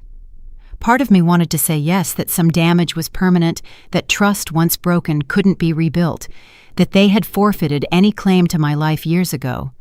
But another part, the exhausted, lonely part that still remembered what it felt like to want a father's approval, wondered if that was true. "I don't know," I admitted. Mom stood slowly. "Then let us try. Not for business, not for opportunities. Just let us try." Her voice sounded different now, less polished, more uncertain, like the mask had slipped enough to reveal something real underneath. Or maybe that was just another performance. I couldn't tell anymore. "I'll think about it," I said. Caleb spoke again, his voice quieter than before. "For what it's worth, I am sorry. Not because you're successful now, because I was wrong. I was jealous and threatened, and instead of dealing with that, I took something that wasn't mine." I studied his face, searching for the angle, the manipulation. I couldn't find one. That didn't mean it wasn't there. "I hear you," I said, "but hearing isn't the same as believing." He nodded slowly. "I understand." I walked toward the door. Before I reached it, Dad spoke one more time. "Grace, whatever you decide, I am proud of what you've built. That's not a strategy. It's just true." I paused with my hand on the doorknob. "Maybe it is," I said, "but you'll have to prove it means something before I believe it." I stepped outside without waiting for a response. The cold air hit my face, sharp and clarifying. I walked to my car, slowly processing the conversation. They hadn't changed, not really. They had adjusted, recalibrated, found new ways to position themselves around my success. But underneath the adjustments, the same patterns remained. Dad still wanted leverage. Mom still prioritized appearances. Caleb still struggled with his own inadequacy. The difference was that I could see it now. The manipulation was transparent in a way it never had been before. That was progress, not for them, for me. I drove home with the windows down, letting the cold wind clear my head. The city lights flickered past, indifferent to my family's drama. Some relationships couldn't be repaired. Some people wouldn't change no matter how many opportunities you gave them. Some damage was permanent. But knowing that didn't mean I had to carry the anger forever. I could acknowledge their limitations without letting those limitations define me. I could maintain boundaries without burning bridges completely. I could accept that they might never become the family I needed, while still leaving room for whatever they could become. It wasn't forgiveness. It wasn't reconciliation. It was just clarity. And for now, that was enough. I reached the office before sunrise. The city sat muted beneath a pale stretch of morning light, streets empty except for delivery trucks and early joggers. No cameras waited outside the building. No reporters lined the sidewalk. No family members stood at the door expecting answers. The world had returned to its usual rhythm. But I hadn't. Inside, the familiar hum of servers greeted me, that constant mechanical heartbeat I had grown to love. The dashboard glowed green. System stable, traffic managed. Everything functions exactly as designed. I should have felt satisfied, triumphant, vindicated. Instead, I felt empty. Not depressed, just hollow. Like the adrenaline that had powered me through the past month had finally drained away, leaving nothing but exhaustion and questions I didn't know how to answer. May found me in the conference room an hour later, staring out the window. "You look like you haven't slept," she said. "I haven't." She sat down across from me. "Want to talk about it?" "I don't know what there is to talk about." I kept my eyes on the skyline. Everything worked. The pilot is proceeding. The contracts are expanding. The valuation is climbing. I should be celebrating. But I keep wondering if any of it matters. May was quiet for a moment. "What do you mean?" "I spent years building Aurora to prove something, to show my family they were wrong, to demonstrate that I was worth more than they believed." I finally turned to look at her. "And now I've done that. They've seen the numbers. They know what I built. But it didn't change anything. They're still the same people, the same patterns, the same limitations. Did you think success would fix them?" "Maybe. Somewhere in the back of my mind, I think I believed that if I achieved enough, they would finally see me, really see me, and once they saw me, something would shift." I laughed softly. Stupid, right? Human, May corrected. Not stupid. I rubbed my eyes. The worst part is, I'm not even sure who I am without that chip on my shoulder. I've been fighting so hard for so long that I don't know what I'm supposed to do now that I've won. Have you won? The question stopped me. The company is successful, May continued. The contracts are signed, the numbers are real, but is that the same as winning as external validation the finish line you actually wanted to cross? I didn't have an answer. The next few weeks passed in a blur of meetings and decisions. The federal pilot entered its second phase. A major European partnership moved forward. The team expanded to handle increased demand. By every external measure, Aurora was thriving. But internally, something had shifted. The hunger that used to drive me felt muted. The satisfaction of solving problems felt temporary. The victories felt hollow in a way they never had before. One evening, I found myself sitting in the empty office long after everyone had left. The city lights glittered outside the window, beautiful and indifferent. I thought about everything I had sacrificed to get here, the relationships I had neglected, the experiences I had missed, the parts of myself I had suppressed in service of a goal. And I wondered if it had been worth it. Lena's resignation still haunted me. I had sent 3 emails asking if she would consider returning. She never responded. Eventually, I learned she had joined a smaller startup, one led by someone who actually listened to their team. I had tried to change. I had made the speech. I had committed to doing better. But the damage I had done couldn't be undone. Some consequences were permanent. That was the hardest part of success, realizing that achievement didn't erase the mistakes you made along the way. My phone buzzed. A message from Caleb. I know you don't trust me, but I'd like to try again. Coffee sometime. I stared at the screen for a long time. Part of me wanted to delete the message, to maintain the boundaries I had set, to protect myself from another disappointment. But another part remembered what May had said about human connection, about building people, not just systems, about the parts of life that couldn't be optimized or engineered. One coffee, I replied. No promises. His response came immediately. That's fair. Thank you. I didn't know if anything would change. I didn't know if Caleb was capable of being a real brother. I didn't know if my family would ever become something other than a source of pain. But I knew that staying angry forever was its own kind of prison. The following week, the board called an emergency meeting. The European partnership had hit a complication, a regulatory hurdle we hadn't anticipated. Solving it would require restructuring part of our architecture and delaying the rollout by at least 6 months. The news should have devastated me. A year ago, it would have sent me spiraling into panic. Instead, I felt something unexpected relief, because the complication meant more work, more problems to solve, more reasons to stay engaged. And I realized with uncomfortable clarity that I didn't know who I was without a crisis to manage. We can handle this, I told the board. It's a setback, not a failure. They nodded, reassured by my confidence. But underneath the confidence, I was asking myself harder questions. What happened when all the problems were solved? What happened when the company didn't need me anymore? What happened when there was nothing left to prove I didn't have answers? The morning after the board meeting, I took a walk through the city instead of going straight to the office. The streets were crowded with commuters, everyone moving with purpose, everyone chasing something. I stopped at a small park I had never noticed before. A patch of green between 2 office buildings, barely large enough for a few benches and some tired-looking trees. An old man sat on one of the benches, feeding pigeons from a paper bag. He looked up as I approached. "You look lost," he said. "I'm not.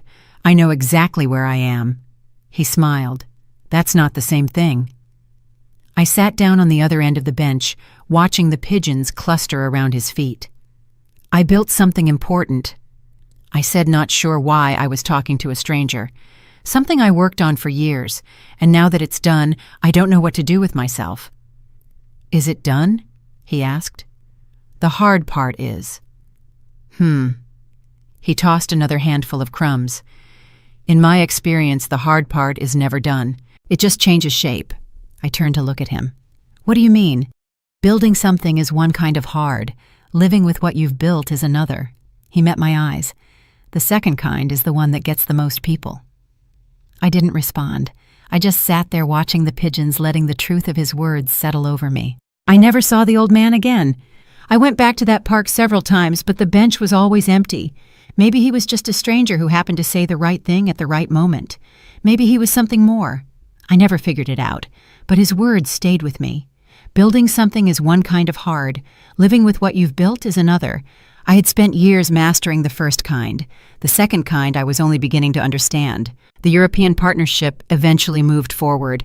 The regulatory hurdle was solved. The rollout proceeded 6 months delayed, but ultimately successful. Aurora continued to grow. The team expanded. The technology improved. The numbers climbed. But I stopped measuring my worth by those metrics.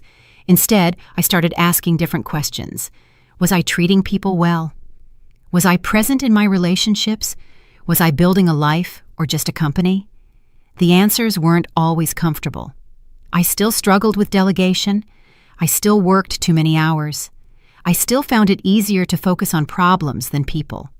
But I was aware now. And awareness was the beginning of change. On the anniversary of the gala, 1 year since my name appeared on that screen, I took the day off. No meetings, no emails, no system checks. I drove to the lake outside the city and sat on a rock overlooking the water. The sun was setting, painting everything gold and orange. I thought about everything that had happened. The failures, the successes, the people I had hurt, the people who had hurt me, the family I might never fully reconcile with, the company I had built from nothing. And I asked myself the question I had been avoiding for months. Was I happy? The answer came slowly, honestly, imperfectly. Not yet, but I was getting closer. I had built something remarkable. I had proven that I was capable. I had achieved things my family said were impossible. But revenge wasn't the achievement. The revenge wasn't the validation. The revenge wasn't proving them wrong. The revenge was becoming someone who no longer needed their approval to feel whole. I wasn't there yet. There. Maybe I would never fully arrive, but I was on the path, and the path was mine. As I drove home, my phone buzzed with a message from May. The team wanted you to know 1 year ago today, everything changed. We're proud to be part of what you've built. Thank you for including us. I pulled over to the side of the road, reading the message again. Something shifted in my chest. Not pride, something softer. Gratitude, maybe. Connection. The recognition that I hadn't done this alone, even when I thought I had. I typed a reply. I'm proud to be part of it too. Thank you for staying. Then I sat there for a moment, watching the stars emerge one by one. The company would continue.